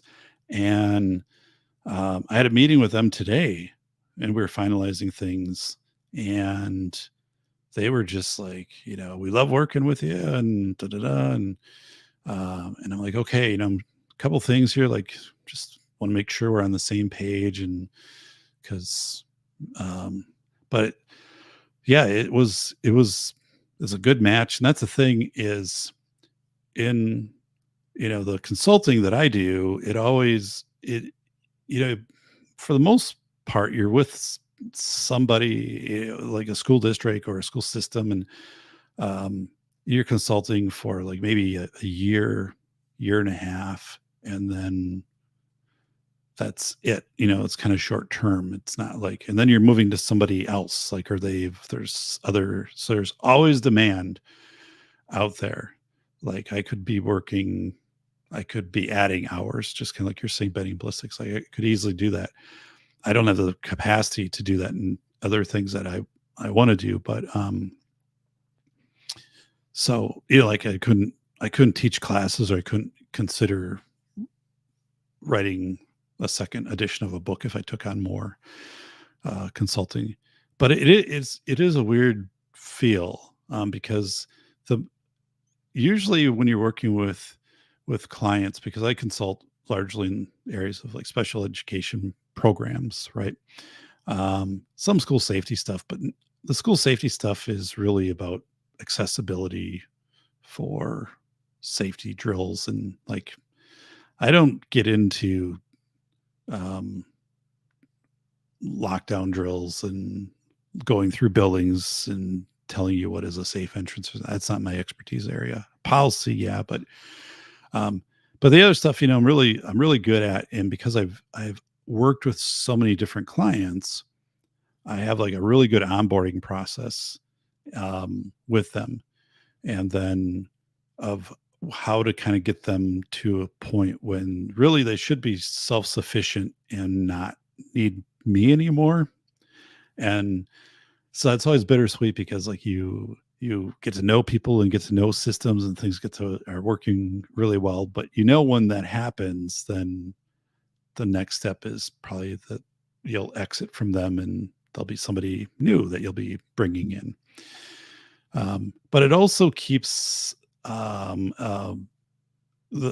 it's also interesting to work with new sites and new people, and you learn things from different places. So I think in consulting there can be this part where if you're with the same client too long, it kind of levels out. Like I think the growth of the client and kind of your growth also, I think there's a sweet spot in there, and it maybe goes out to like 2 years, and then after that, I I I don't think it is as nearly as productive.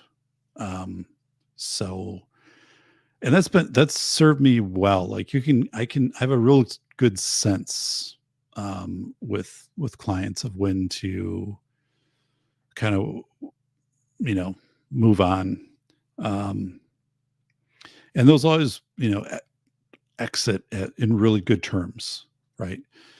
But yeah, the goal isn't to perpetually be with a client in the stuff that I'm doing. Um, that keeps it, that turnover keeps it, um, I don't know, kind of fun and interesting for me too. So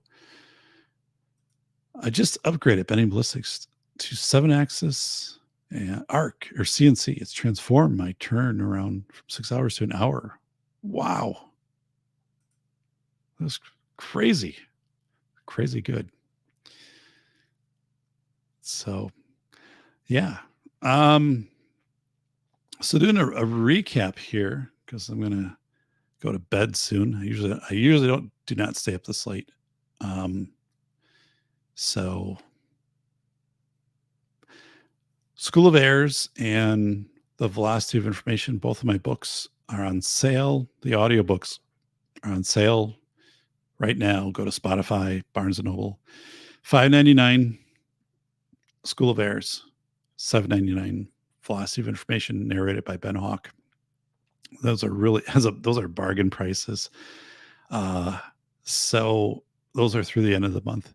The 60th review for School of Airs was posted this week, and out of 60 reviews, there's been 59 5-stars and 1 4-star.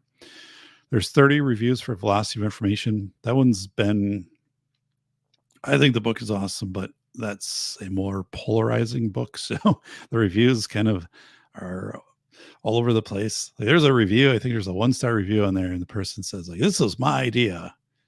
Yeah, and it's kind of a weird review if you go in and read it, because they say the book is like well written, but all the ideas in the book belong to this person who wrote this 1-star review. But they never read the book. They only read the description of the book. By the way, the book included 12 interviews, I think 11 or 12 that I conducted, right, and transcribed, and plus it has 400 endnotes, more than that. So I'm like, nope, this is, someone like saying, I had the idea for that. No, nope. This is nobody else's work here, buddy. And if there was something that I had that you were thinking, that is a coincidence, is what that is called. So, because everything in there that I took from anywhere was cited. But then the person, gave it a 1 star because they said I took their idea. But then they also ended the review by saying at least they probably wouldn't have gotten around to writing the book and the topic. So at least it's out there, which is a good thing for people. It's weird. But because there's only 30 reviews for Velocity of Information, a 1 star dropped it from like 4.5 to like 4.3 on Amazon. And the book is doing well. Like, it's in a lot of libraries, and it's showing up in a lot of military libraries. So I have the back door where I can see the libraries where the books are at through the publisher. And because they are always scrolling where the ISBNs are showing up. And School of Errors is 5 years old and is still being purchased by libraries, which is interesting. But Velocity of Information has a strong presence in military libraries across the world as kind of like a strategy book, which is interesting. That's how that got brought in. And both books are in the Library of Congress in physical form. So, and Velocity of Information it's very strong worldwide, like United Arab Emirates, China, Germany, where School of Errors has that to some extent, but not like Velocity of Information. So I think Velocity of Information will actually kind of take off down the road. I think the further we get out, and as people try to, it's like a book written about World War II. Like, if you write a book about World War II, like a year after World War II, not a lot of people are going to buy that book. But if people are into, the genre of World War II, and it's 20, 30 years out, and they're like, whoa, like this book was written like proximal to that time, like it's not going to, it's probably going to be very accurate. They're going to seek that out. And I think that's going to happen with Velocity of Information and places it's been showing up. Yeah. Misty Miscellaneous Jealousy. Yeah, it's a weird, I'm going to bring that review up just because it is.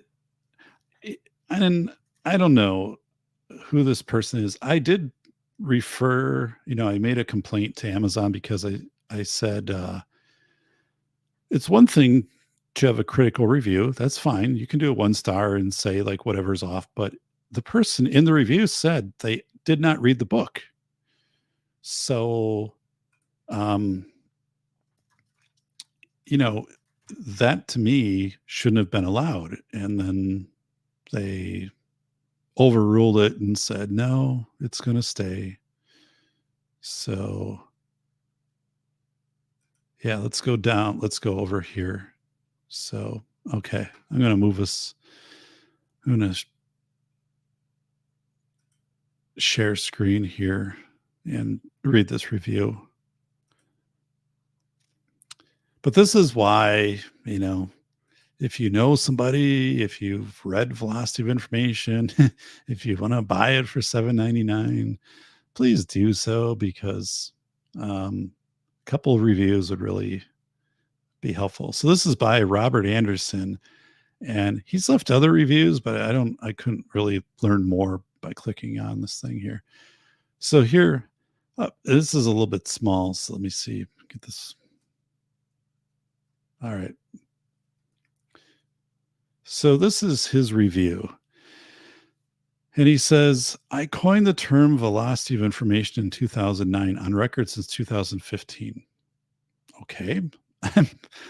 I guess. So I when I came up with the title, The Velocity of Information, Human Thinking During Chaotic Times, I did not find that anywhere else. And also my publisher did a search. By the way, you can't copyright a title. But anyway, no. So, so he's saying he coined the term. Remember George Costanza? I coined the term, pardon my French, on record since 2015. So, okay. So let me go and read this. I perused the given sample. So this is where you guys could come in and Mrs. Wayne make a report to Amazon and say, hey, like this should be taken out because this person did not read the book. They left us 1-star review. So you can do that. You can go in and do that. I perused the given sample. I don't know if I have an IP, intellectual property claim. I'm reasonably certain this term made it to the author from me. I'm reasonably certain, Robert, it did not. I won't give any indication from where he got it and where I put it. Well, why not? I mean, if you're arguing that you've been on record with this, why would you not in the next sentence say, here's where I have this? If you're trying to stake claim to it, that would be the perfect time to do that. These concepts were all explored by me personally on record.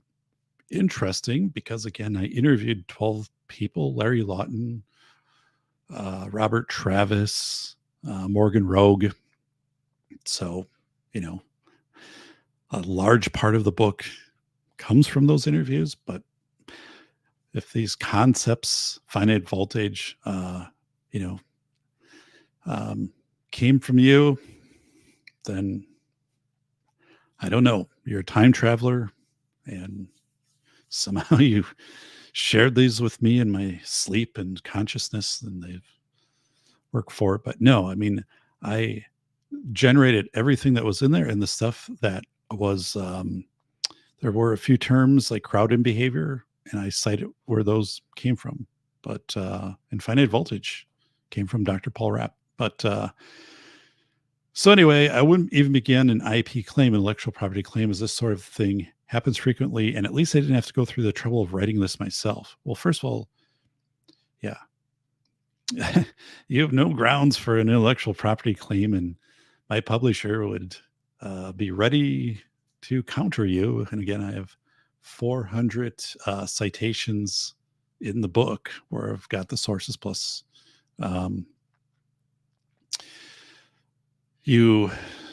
but anyway, all the graphics, that I had made were custom made by Amy DiStefano and credited. Any images I used are all credited. So if I netted 2.3 million at once, I forgot about this. So if I netted 2.3 million, so this is interesting because I don't know if he thinks I netted 2.3 million at once, which I have never netted $2.3 million, or if he thinks the book has netted $2.3 million. I don't know where that number came from. I'd probably do something other than hypothesize accurately on the provenance. Now, that's a term in the book, and I've used it on podcasts. So I think this person had probably listened to some of my podcast, because provenance is a term I have in the book and it's not in any of the previews. But I have used that term before when I've talked in podcasts. Provenance is just where the origin, where something started from, of certain intellectual works. So this is someone who is familiar with me from this, and probably, as Misty Mrs. Wayne said, some jealousy or whatever to come out and do this.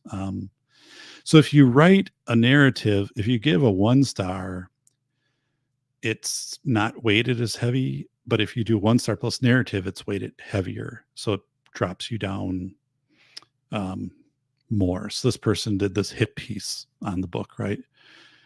And then I report it, nothing happened. So there's a lot of weird stuff in here I can't make sense of, because there's some like kind of weird compliments in the book of like saying, well, at least I didn't have to go through the trouble of writing it myself. So they're saying like, I'm glad the book is out there. And this whole thing of 2.3 million, if you're just reading this and you have no idea, you're like, did this book make $2.3 million? It did not. Or did the author somehow like windfall $2.3 million from working in this area, which I have not. But it's just kind of a weird thing because it almost like adds more credibility to me, even though it's like a 1 star. Like, I think if you're going to 1 star the book, I would have expected someone to come out and say, you know, the chapter about the nurses in the TikTok dances and stuff was really tone deaf, and, you know, the author by doing this, and because someone could have that position, right? And so you write that out and, you know, but this is just weird. Like, this thing here is really strange. So yeah, if they didn't read it, then how did they? So Misty Mrs. Wayne, you could go in there and you could do a complaint. You could do that report tab on there and say this shouldn't be allowed. So yeah, I don't know. I was really disappointed in Amazon when they responded back. I think I reported it twice, and the second time too, they said we're not changing our position. So I'm like, and the thing is, there aren't new reviews posted for the book, and there've been a lot of people who've contacted me, and they really like the book, but and then I always say like, well, if you would take, you know, could you write a review on Amazon or like a Google review, and then, you know, it's like, and I know that's asking a lot. It's a lot of time to do that, and some people, they just don't feel comfortable doing that. But it does help a lot, especially with velocity of information, where now if you just look at the rating at a 4.3, it makes the book look like it isn't as good, quote unquote, as it is. Plus, like the audiobook narrated by Ben Hawk and all of the custom diagrams that Amy K. DiStefano made, and, you know, just how phenomenal that book really is. So that's where I'm hoping that it'll get some more reviews and not those types of reviews. So yeah. So look at this. You're gonna. So, but the reason I wrote Velocity of Information was, it was Lionel Fisher who wrote a book about solitude. I forget the exact title, but I have it. And so he did that maybe like 20 years ago. And then he was a military veteran, and he traveled the country after he retired. And then he was diagnosed with, I think, lung cancer. And I was like communicating with him after I had found his book, and he, this is probably about 2012, maybe 13. And then I said, hey, I really like this book. He had interviewed a lot of people, and it's kind of like, I like books that have that qualitative side of the interviews. And I just found it to be a really interesting book. And I was able to find his email and email him, and we corresponded for a while. But then he had another book, and it was kind of more of a business genre, and that one I don't think was as popular as the Solitude book. And I asked him, like, well, why the two different areas? And he said, because I wanted to kind of prove to myself I had some range. And that's kind of what I wanted to do with Velocity of Information. I didn't want to just always be the safety guy. I wanted to be, I wanted to challenge myself. And plus, I thought there was a real opportunity to write in vivo in 2020 of what was happening. So I'm really glad I did that to show range. But if I was to write again, it would have to be safety, because that's where that's where books sell. Velocity of Information will not have as big of an audience. Although I think at some point, again, I think that book is going to get its audience. I think it's just too close to the event of 2020 right now for that book. So yeah, I am, and the audiobook is phenomenal with Ben Hawk. So seriously, like Betting Ballistics, you know, if you want to listen to something while you're in the shop, it's 6 hours 40 minutes. It's $7.99, and Ben Hawk is a professional actor, and it was so cool to have that work narrated by a professional. And I think it was also valuable for me to narrate School of Airs. And I did that, in a studio, local studio, and so and that, that's not nearly the quality of Ben's narration. But that book, hearing it from the safety book, from the safety person that wrote it, and the energy and kind of the passion and the knowledge I had in that area really translates well into the book. Like, it's a real punchy listen. And I people have said that, and so that's good. And I think that book had, for the authenticity of the message of that book, it was important it came from me, even though there's imperfections in it. And then Velocity of Information, because of the number of interviews in there, really being told or brought to life by a professional actor.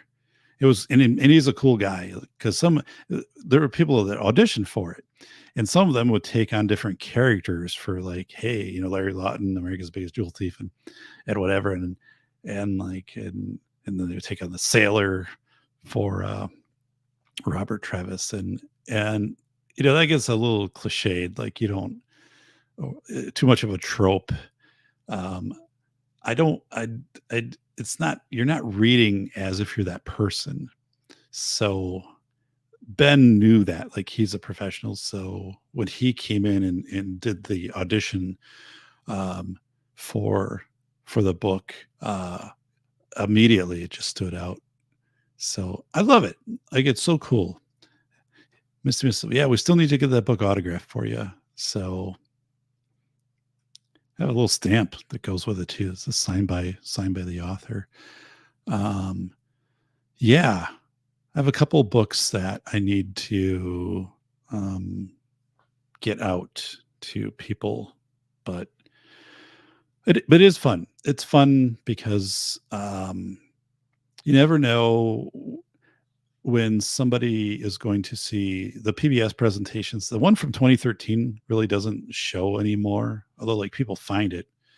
And that one was an hour and 20 minutes. So it doesn't go into programming very well, because, like, nobody really has an hour and 20-minute slot on TV. And the other one is an hour. So that one syndicates, and it's recent. So that one is always showing somewhere. So, there'll be people will be like, hey, like, I watched you at 6:00 in the morning in Wyoming. And, and I'm like, that's cool. And then that's how they kind of learn about some of the other stuff. They do a Google search, and then they find the other stuff I've done. But, that, and then people who will email me and say, hey, like, I bought, and it's interesting because both books, even though School of Airs came out in 2019, so 5 years old, there are just as many people or more that email me about that book than Velocity of Information, because there's this very large network of school safety professionals, and they kind of, talk amongst themselves, and at conferences, and the book gets brought up. So, and that really helps me out to keep that book still very much in the mainstream. But like I said, that's where the publisher approached me and said, the market is there for a second book if you're up to the task of doing a second edition. And I'm like, oh God, like, it is so much work to put a nonfiction, that type of book together. But in the end, like, I'll probably do it, because it is a very rare opportunity to get a publishing contract, and through a large publishing house, and have your book put out there in libraries across the world, and that nonfiction work. It's a really important thing. And then one of the things too, like, it was important for my university rank to have the two works out there. Scholarly nonfiction published works. It doesn't really matter that much to do the third one or any beyond this point, because it's not going to change my rank at the university or the classes I'm offered, or I'd have to really go off genre. Hey, Captain Scarlet has subscribed. Thanks. There's a lot of good legacy content on this channel because I did over 200 podcasts where I would do a blog post. I would edit the shows and all of that. So like if you go back, like listen to the interview I did of Larry Lawton with Larry Lawton, America's Biggest Jewel Thief. I mean, so there's a lot of really good stuff here on the channel if you dig back. So appreciate that. Captain Scarlet, check out here the velocity of information. Go to Amazon and we'll type in my name and you can find, but we got some books out there. So, but this one needs a review soon. We got to offset that weird 1-star, and the audiobooks are on sale right now. But so yeah. Oh, you reported it, Mrs. Wayne. Well, thank you. So we'll do. So yeah, I'm like, what was I thinking? Where am I? What am I doing here? I don't know at the moment. Oh, the book. Yeah. So the books sell, at a pretty comparable level, even though like the one is newer. School of Airs is it's pretty timeless. And where that book has, again, out of its 60 published ratings on Amazon, 59 are 5 stars. And that's really amazing. So I'm like, there's a little bit where I shouldn't say I worry, but I'm like, I don't know if I could write a book that good again. I don't know if the second edition would be as good as the first. I think the velocity of information is excellent. I would, and that's different. I don't think anything will match School of Airs. And for like the first book to come out that way, like to kind of hit the grand slam, I don't know. I don't think I could do it again. And I think things have changed too much.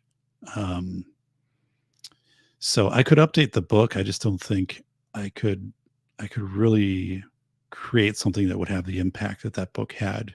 Like it's so eclectic how like I wrote about 9/11 and the interviews with Katie Pashon and KG Navy and just how that book came together and it worked. Like everything coupled together. And it's the weirdest configuration of train cars you'd ever imagine, but it works. And so that is so original and it sticks with people and it's really, really, really relatable. And so that was really awesome. But yeah, so I don't know where I'm going to go with that. And I have also, the PBS TV, there was always the thought of going back and doing the trilogy, doing a third national presentation. And 2013 to 2019, 6 years. So 2019 to 2025, right? So I got to start thinking, will I approach PBS? Because I think I know what the presentation would be. I know how it would be evolved from 2019. 2019 is much different than 2013, although they're very good to watch together. But I know what I would do, but I'm like, doing a national PBS presentation is like 3 to 4 months of prep easily. And again, there were certain things when I did those, and it was mostly, my university rank, and it was after I had my PhD, and you have to publish or perish to some extent. And those things all came together and accomplished what needed to be done. Give me the access to be able to teach the top level classes and stuff like that. So now they're really, again, anything I do at this point isn't going to have that type of benefit. So it'd be like more just personally and fiscally, you just you don't make much off of books. So like that's not an income stream. These types of books. So uh, I don't know what I would, you know, I'm not sure. And one thing I kind of miss is I do miss presenting at conferences. That went away during the pandemic, um, but on the same hand, y- the stuff that I present on doesn't fit well in the general safety conferences, which there's a lot of vendors and they're selling products. And then when I come up and I'm like, hey, I'm not so sure about like this AI thing or whatever, and here's why. And there's this thing, customer perceived value and whatever. I'm not the person they necessarily want to bring in. I turned down an invite to, I don't know, not necessarily keynote, but kind of be like the second level down, like the semi keynote. And the person was pretty persistent, who was representing this conference. And I said, it's not that I don't respect your conference and the work that you're doing. That's not the case at all. But I said, I just don't kind of, I'm not a good fit for your conference. And I just know that. So there's other people out there that I think you should go and contact versus me for your conference. So it was just one of those moments where I was like, yeah. And the conference stuff, then the travel and all that stuff. And I'm getting older, and I'm not into that. And and if you're not spinning it into safety consulting, then um, why do it? Because what would happen when I would present at conferences, what always happened was people would come up and they'd be like, will you come to our district and will you do an in-service? What is your price and all of this? So then you do a proposal of, I don't want to do that anymore. Like that's not the stuff I'm into. Plus, if you do get into that type of safety consulting, your personal liability insurance is very high.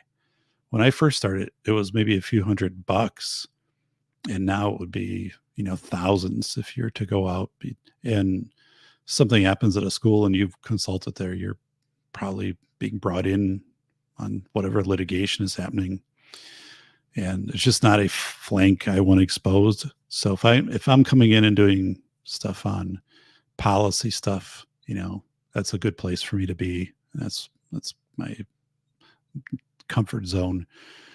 But I do miss presenting, especially in front of larger audiences. So I don't know. Maybe I'll seek some of that out a little bit. I was just thinking about that a few days ago.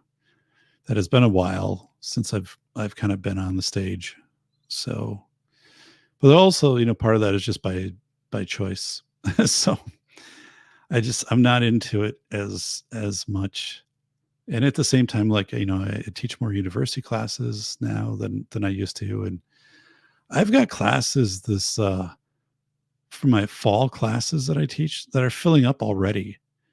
And I've never had that happen before at the university. Um, Never had that happen. So that's good, but it baffles me that there are classes that I'm teaching that, yeah, don't start until September, and they're already, the enrollment's going strong. So did you miss the intermission? Let me do the intermission, and then let me do a exit here. But let's get the intermission, because let's track that down. All right, here's the intermission. Then we'll be right back. Where is the intermission? Hang on.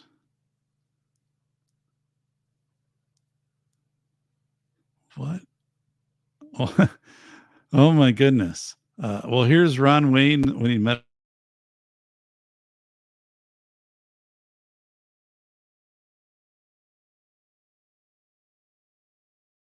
Holy shit, a ghost. Ooh. Do you mind moving out of the way? You're blocking the TV. Oh, shit. Sorry, man. It's okay. Thank you. All right. That was Ron Wayne when he met a ghost. Let me find the intermission. Yeah, it's marked intermission too, so why I can't find it is pretty baffling. Okay, here's the intermission. It's 3 minutes, 25 minutes. I will be back after this. Here we go. Yum, yum. It's time for a tasty and refreshing snack.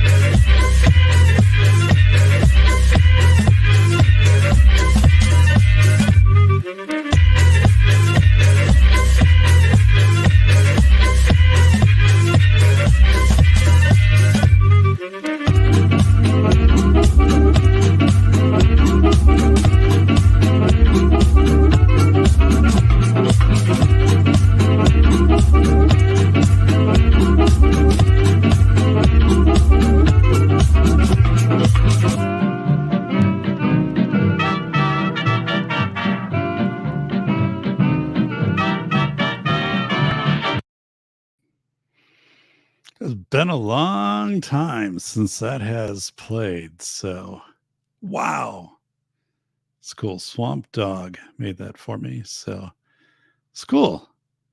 It's glad to play that. So, all right. Thank you, Captain Scarlet. Don't forget to leave a review on Amazon, by the way. You can contact me at safetyphd.com, and I can usually set you up with a review copy of the works. So yeah. Appreciate that, Ron. Yeah,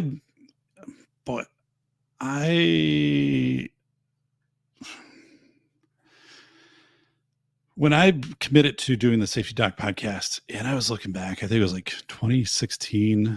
I started the show and I did, 200 in like 2 episodes and, full production, blog posts, and I'd level the audio and do the intros and all that stuff. And I would typically do a show a week and interview a lot of people. And um, I enjoyed it. And then it got to be too much. Especially when the consulting kicked in, there was absolutely no way to do both. Because I'd just be wiped out. Plus, my voice would take a toll. Like right now. So I am. I I miss not doing the show.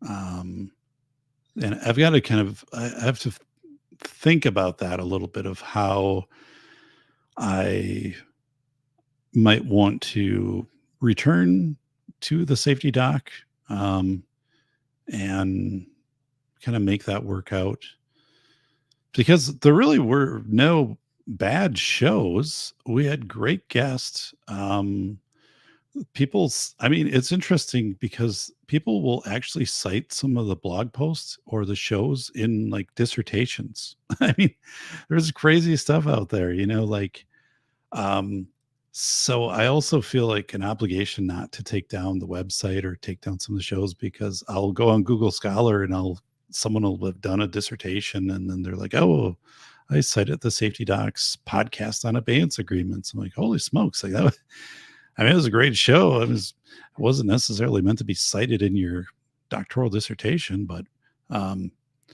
so yeah, I think there's always times, things that come up and I'm like, it'd be kind of neat to do a show.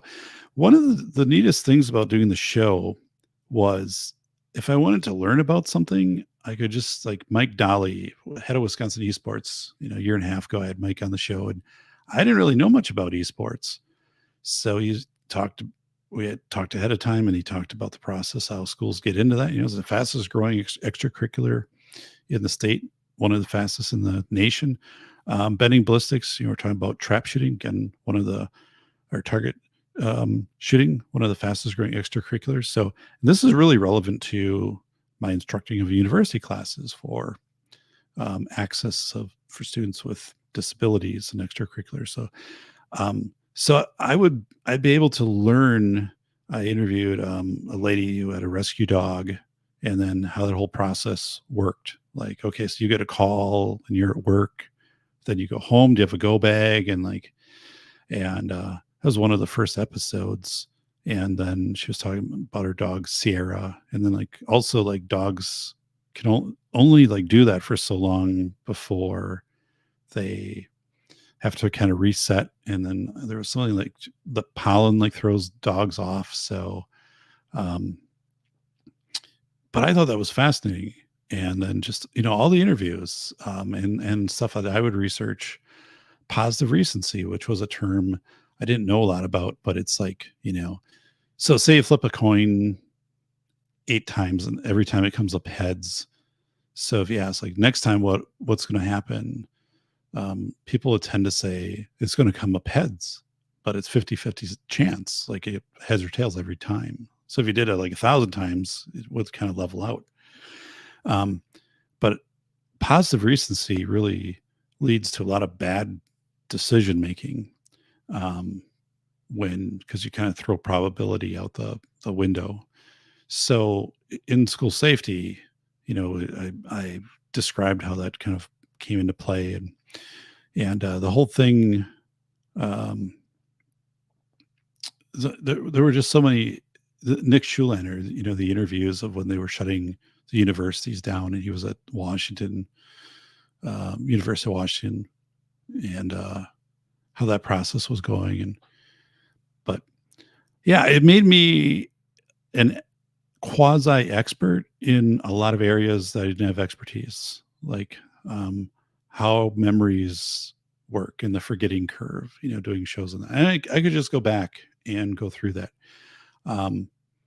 And yeah, so I was always making myself better. And then I could also bring a lot of that stuff transferred into the classes that I taught. So that's one thing right now I'm probably missing out on, is finding and doing interviews and creating content. And again, a lot of the stuff that I created, people would kind of take it and run with it, certain things, like cite it in their own, papers and stuff, which is really, quite an honor to have people do that. So it is a point too where, yeah, if I was to do this, like, how would it all be feasible? And it's kind of like the consulting and the show can't coexist.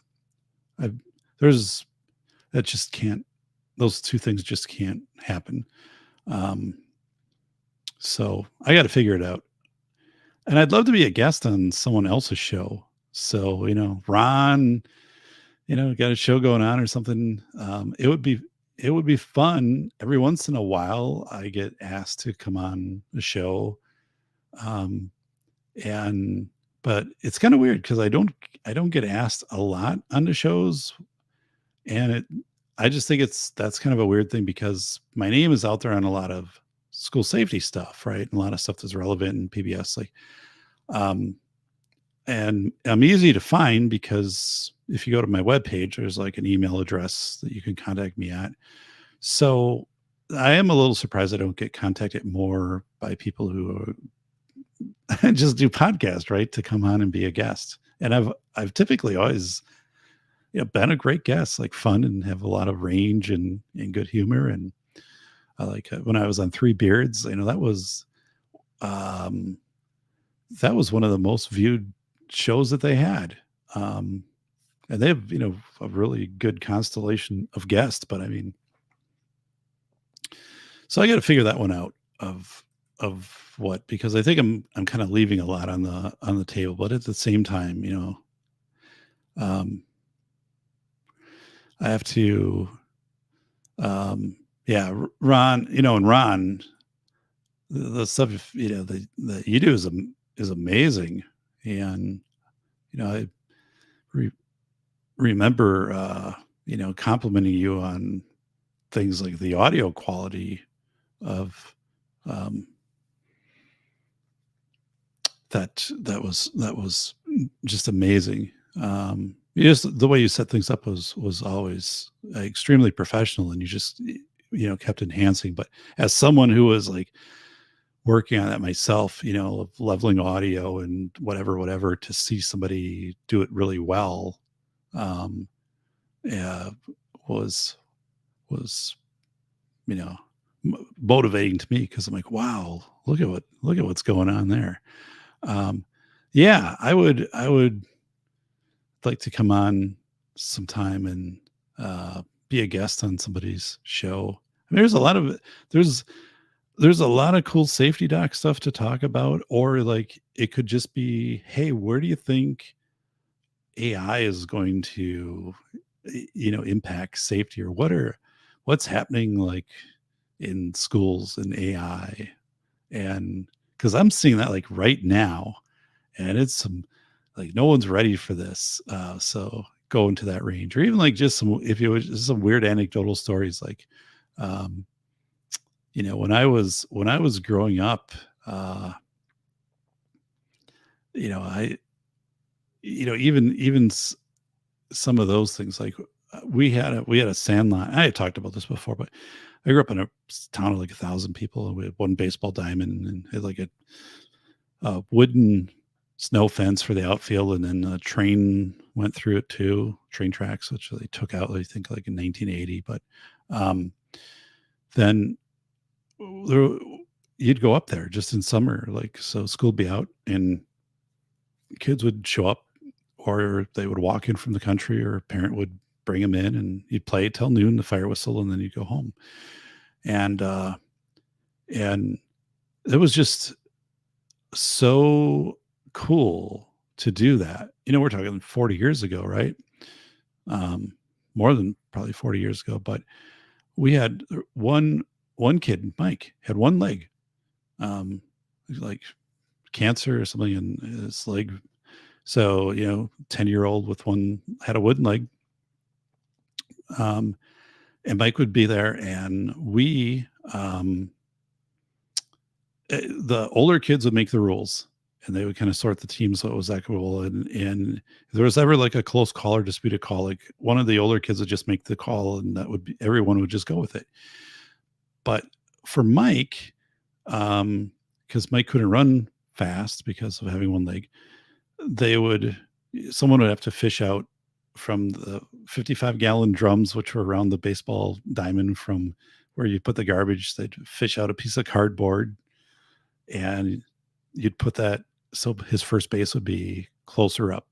But once he got there, he was considered safe. But then he was on his own, and you just made that rule up in the moment. And it was just crazy. Like I remember Little League, and we had kids on the team who smoked during the games. Well, they smoked in the dugouts. Dugouts were made of concrete, and it was like that was just typical. Not everybody smoked, but like there were kids who were like 11 years, 12 years old who would smoke between innings. It was crazy. And we had our coach was like Burgess Meredith, like Rockies. And so this guy, so you're talking like 1980, and this guy at that time was like 80. So he had been in World War II and all this stuff, and probably World War One. But he owned this bar, which was also probably 100 years old at that time at least. And if we won, it was like 3 blocks away. You'd go there, and then out the back door, we'd all be sitting, and he would bring out all these candy bars from behind the bar, and then you could pick whatever you want. And just stay outside and have candy. It's just this cool stuff, man. So there's just a lot of cool things. Look at this here. It is our good friend Bolo from Canada. So AI in the insurance industry.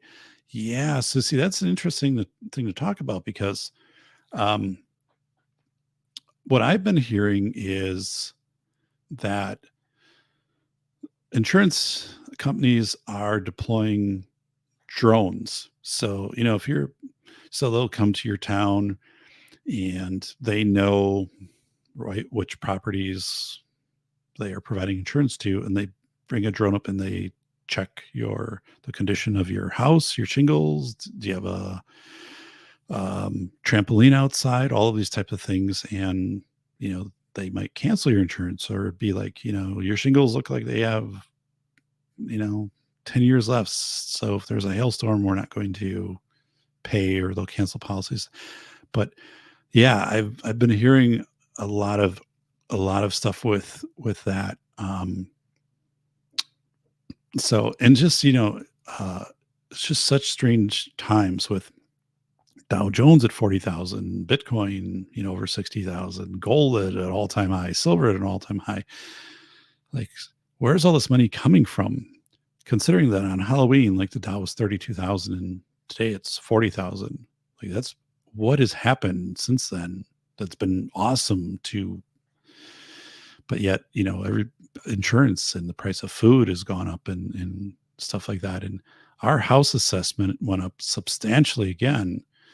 And fortunately, because we're basically like an outer ring suburb of Madison, Wisconsin, which is growing rapidly, and we're on the interstate, the homes here sell for what they're appraised at, and they sell pretty fast. But you also pay taxes. So my taxes will go up substantially next year because of the updated appraisals. So, so if you're on a fixed income, right, like how do you just suddenly make up for this increase in property insurance, and then also, your property taxes? So that's one of the things I'm trying to figure out, how to hedge against that. And that was one of the things where I kind of leveled up with consulting to get myself further ahead on that. But there's a breaking point for a lot of people, right? And eventually there's a breaking point for most people on that, where the cost of things just outpace what you'd be able to pay. I mean, imagine if between like car and house insurance, you had to pay $2,000 or $3,000 a month, or, suddenly your property tax. I talked to a guy, had my car in for some routine service, or our SUV. And then there was a guy in the waiting area. He actually had the same model that I had, same year, loved it. But anyway, he said that his property taxes were $16,000 in Madison. And then he moved a year ago, put his house up for sale, and it sold like 3 days, because they do down there. And he had lived there for 50 some years. He worked there 35 years, retired. And he bought a place 2 counties up, which is significantly less. Because once you get 50 miles away in northern part of our state here, but and he said his taxes were like $3,400, and he had a comparable house and more land.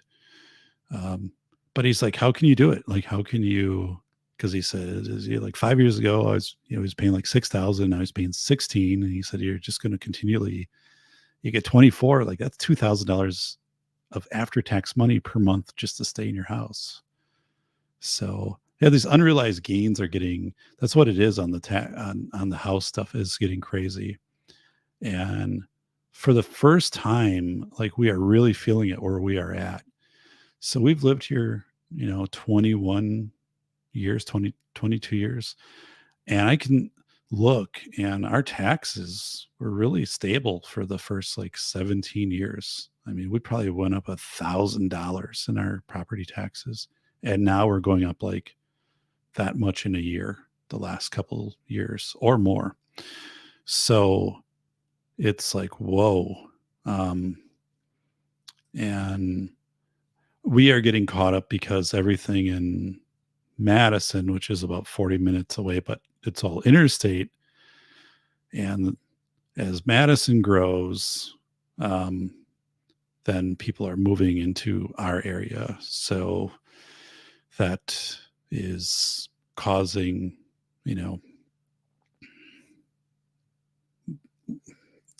so it's double-edged again, because we would get the money, at least right now.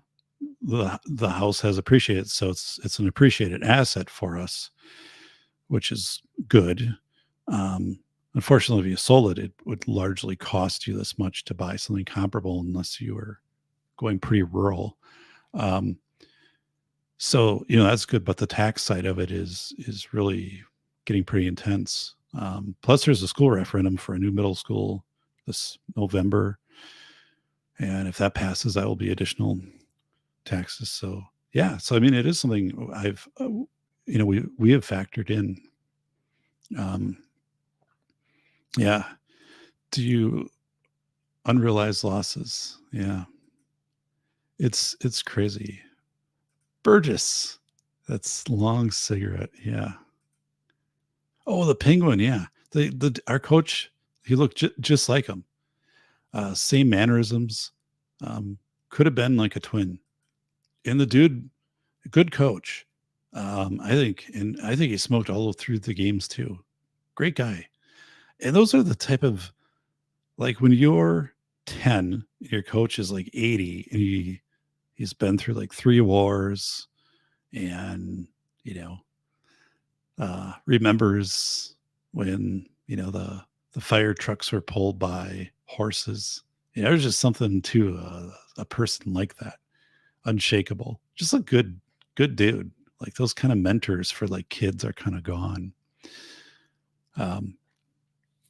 I remember, so in my community here, they had a new fire engine, new pumper 2 years ago, and they did a push-in ceremony, and it was really well attended.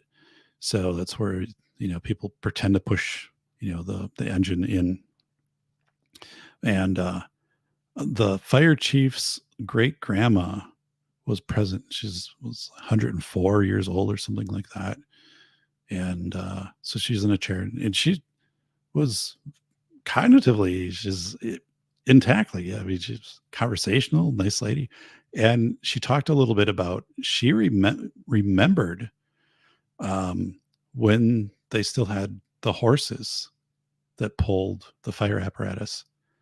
And then they also had, it was a pretty big production to get like the two apparatus out with the horses. So that was pretty amazing. But yeah, that's something. And it'd be interesting too. We talk about the economy. So if you order a fire engine now, so like in my hometown, they ordered a fire engine over 3 years ago, and it'll still be 2 years until they get it. And if you order a ladder truck today, a ladder truck will take you 7 years to get from the date that you place the order. And a ladder truck, 3 years ago would have been $1 million to $1.2 million. Today, a ladder truck will be $4 million for a ladder truck. So just think about that, right? So you got some, first of all, these smaller communities, it's hard to get volunteers, and then you get people moving in who aren't really vested in the community. I'm working remotely, but they're not from there. So, they're not participating in volunteer fire department or Lions Club or whatever it is necessarily. But these rural departments, they have like a 50-year-old truck, and then the insurance company says, well, we're not going to insure these older vehicles. Like once you get beyond 50 years, you can use it for a parade, but that's it. So you can't use it for your pumping capacity. So, they probably bought this thing for like $12,000, and now to replace it would cost them $800,000, for a pumper. So like, where are we getting this? So there's this really strange thing happening right now. So my neighbor who just retired from the county said same thing with like county equipment, like dump trucks. I've heard the same thing. Garbage trucks are like 5 years from the date you place the order to get a garbage truck. The concrete trucks are like 3 to 4 years. And part of it is because Oshkosh Manufacturing has the military contracts now for Ukraine and stuff like that. So they put a lot of people into that area. And, but, imagine like some of these places, you'll get a fire truck and it might be brand new to you this year, but it's on a 2020 frame because that's when it was started. And the seats are already 3 years old. Right. And so, what would typically be an 18-month build is now 5 years.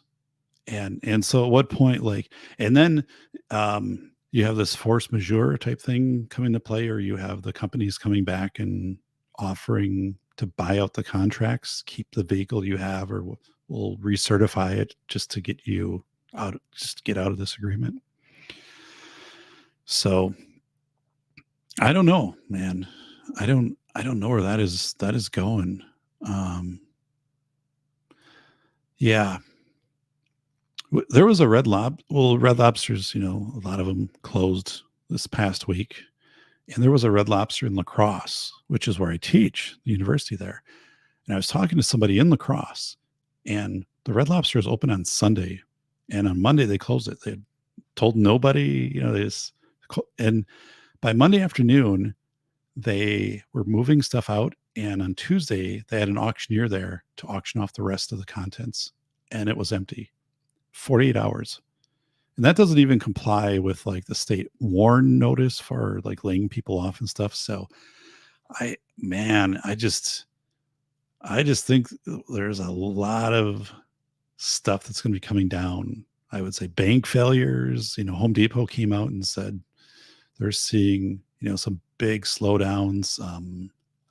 These life insurance companies are coming out and just saying, people aren't taking out the policies because they don't have this discretionary money to do that. I don't know. And inflation being as just crazy as it is and eating away.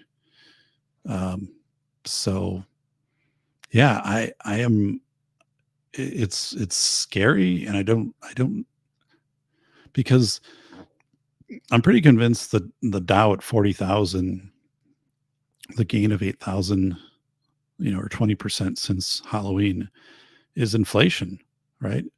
So it's kind of like Argentina in these stock markets where the economies go all haywire and the stock markets go up and it looks really good, but it's just because of inflation. It's not like things are worth more. The stock market's worth more. And I think it's the same thing now. And you've had some really crazy stuff in like Nvidia being worth and all these GameStop, AMC trading these billions of dollars, but like 3M, which makes a lot of physical things, is trading at $105. 2 years ago it was $160, and that was typically where it traded at. So that hasn't recovered. That's not back. So it's a very, and where's this money coming from? That's just another question. Like, how can gold, silver, Bitcoin, and the stock market all be going up when layoffs are rampant and stuff, so it's not good.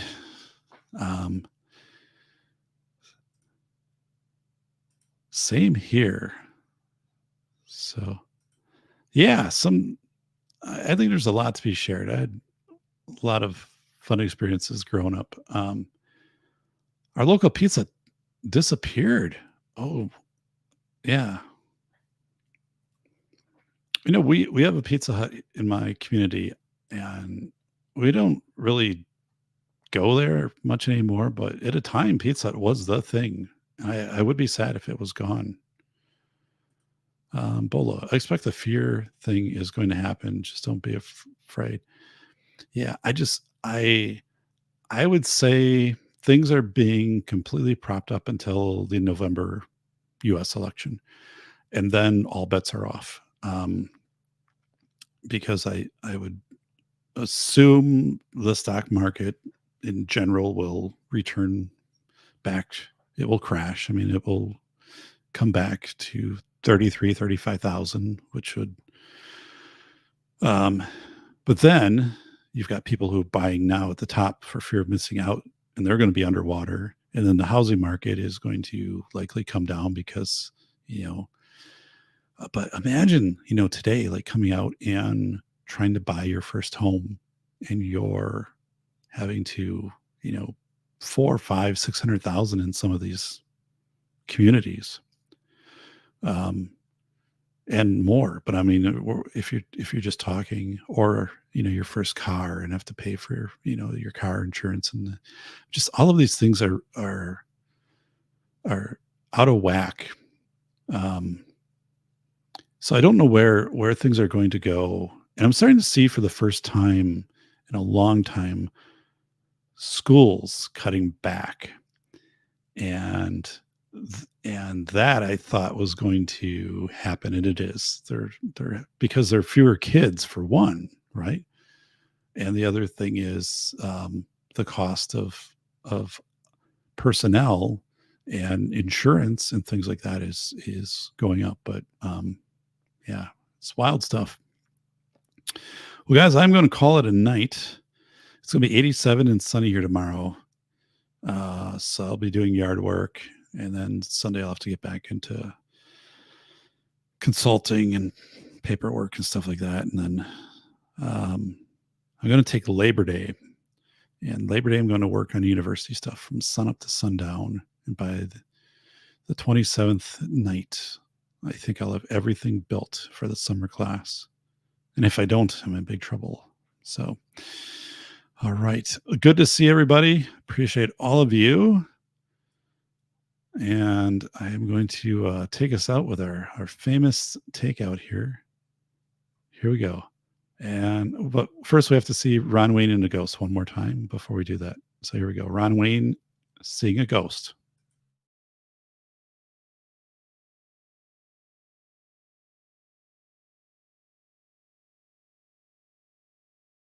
Holy shit, a ghost. Ooh.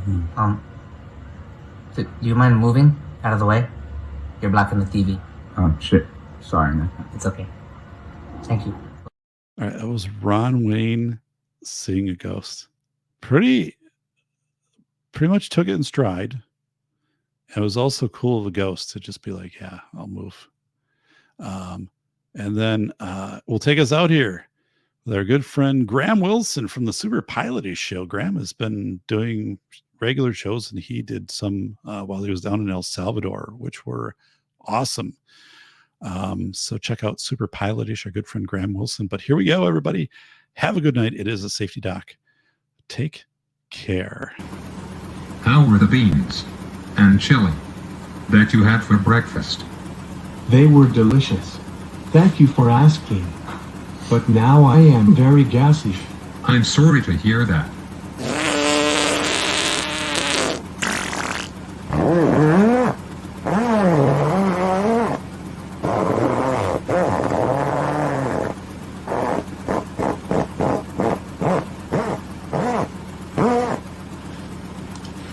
Who let the frogs out? Pew, that stinks very bad. I have to open the window. Oh no, my cap flew off and it was sucked into the engine.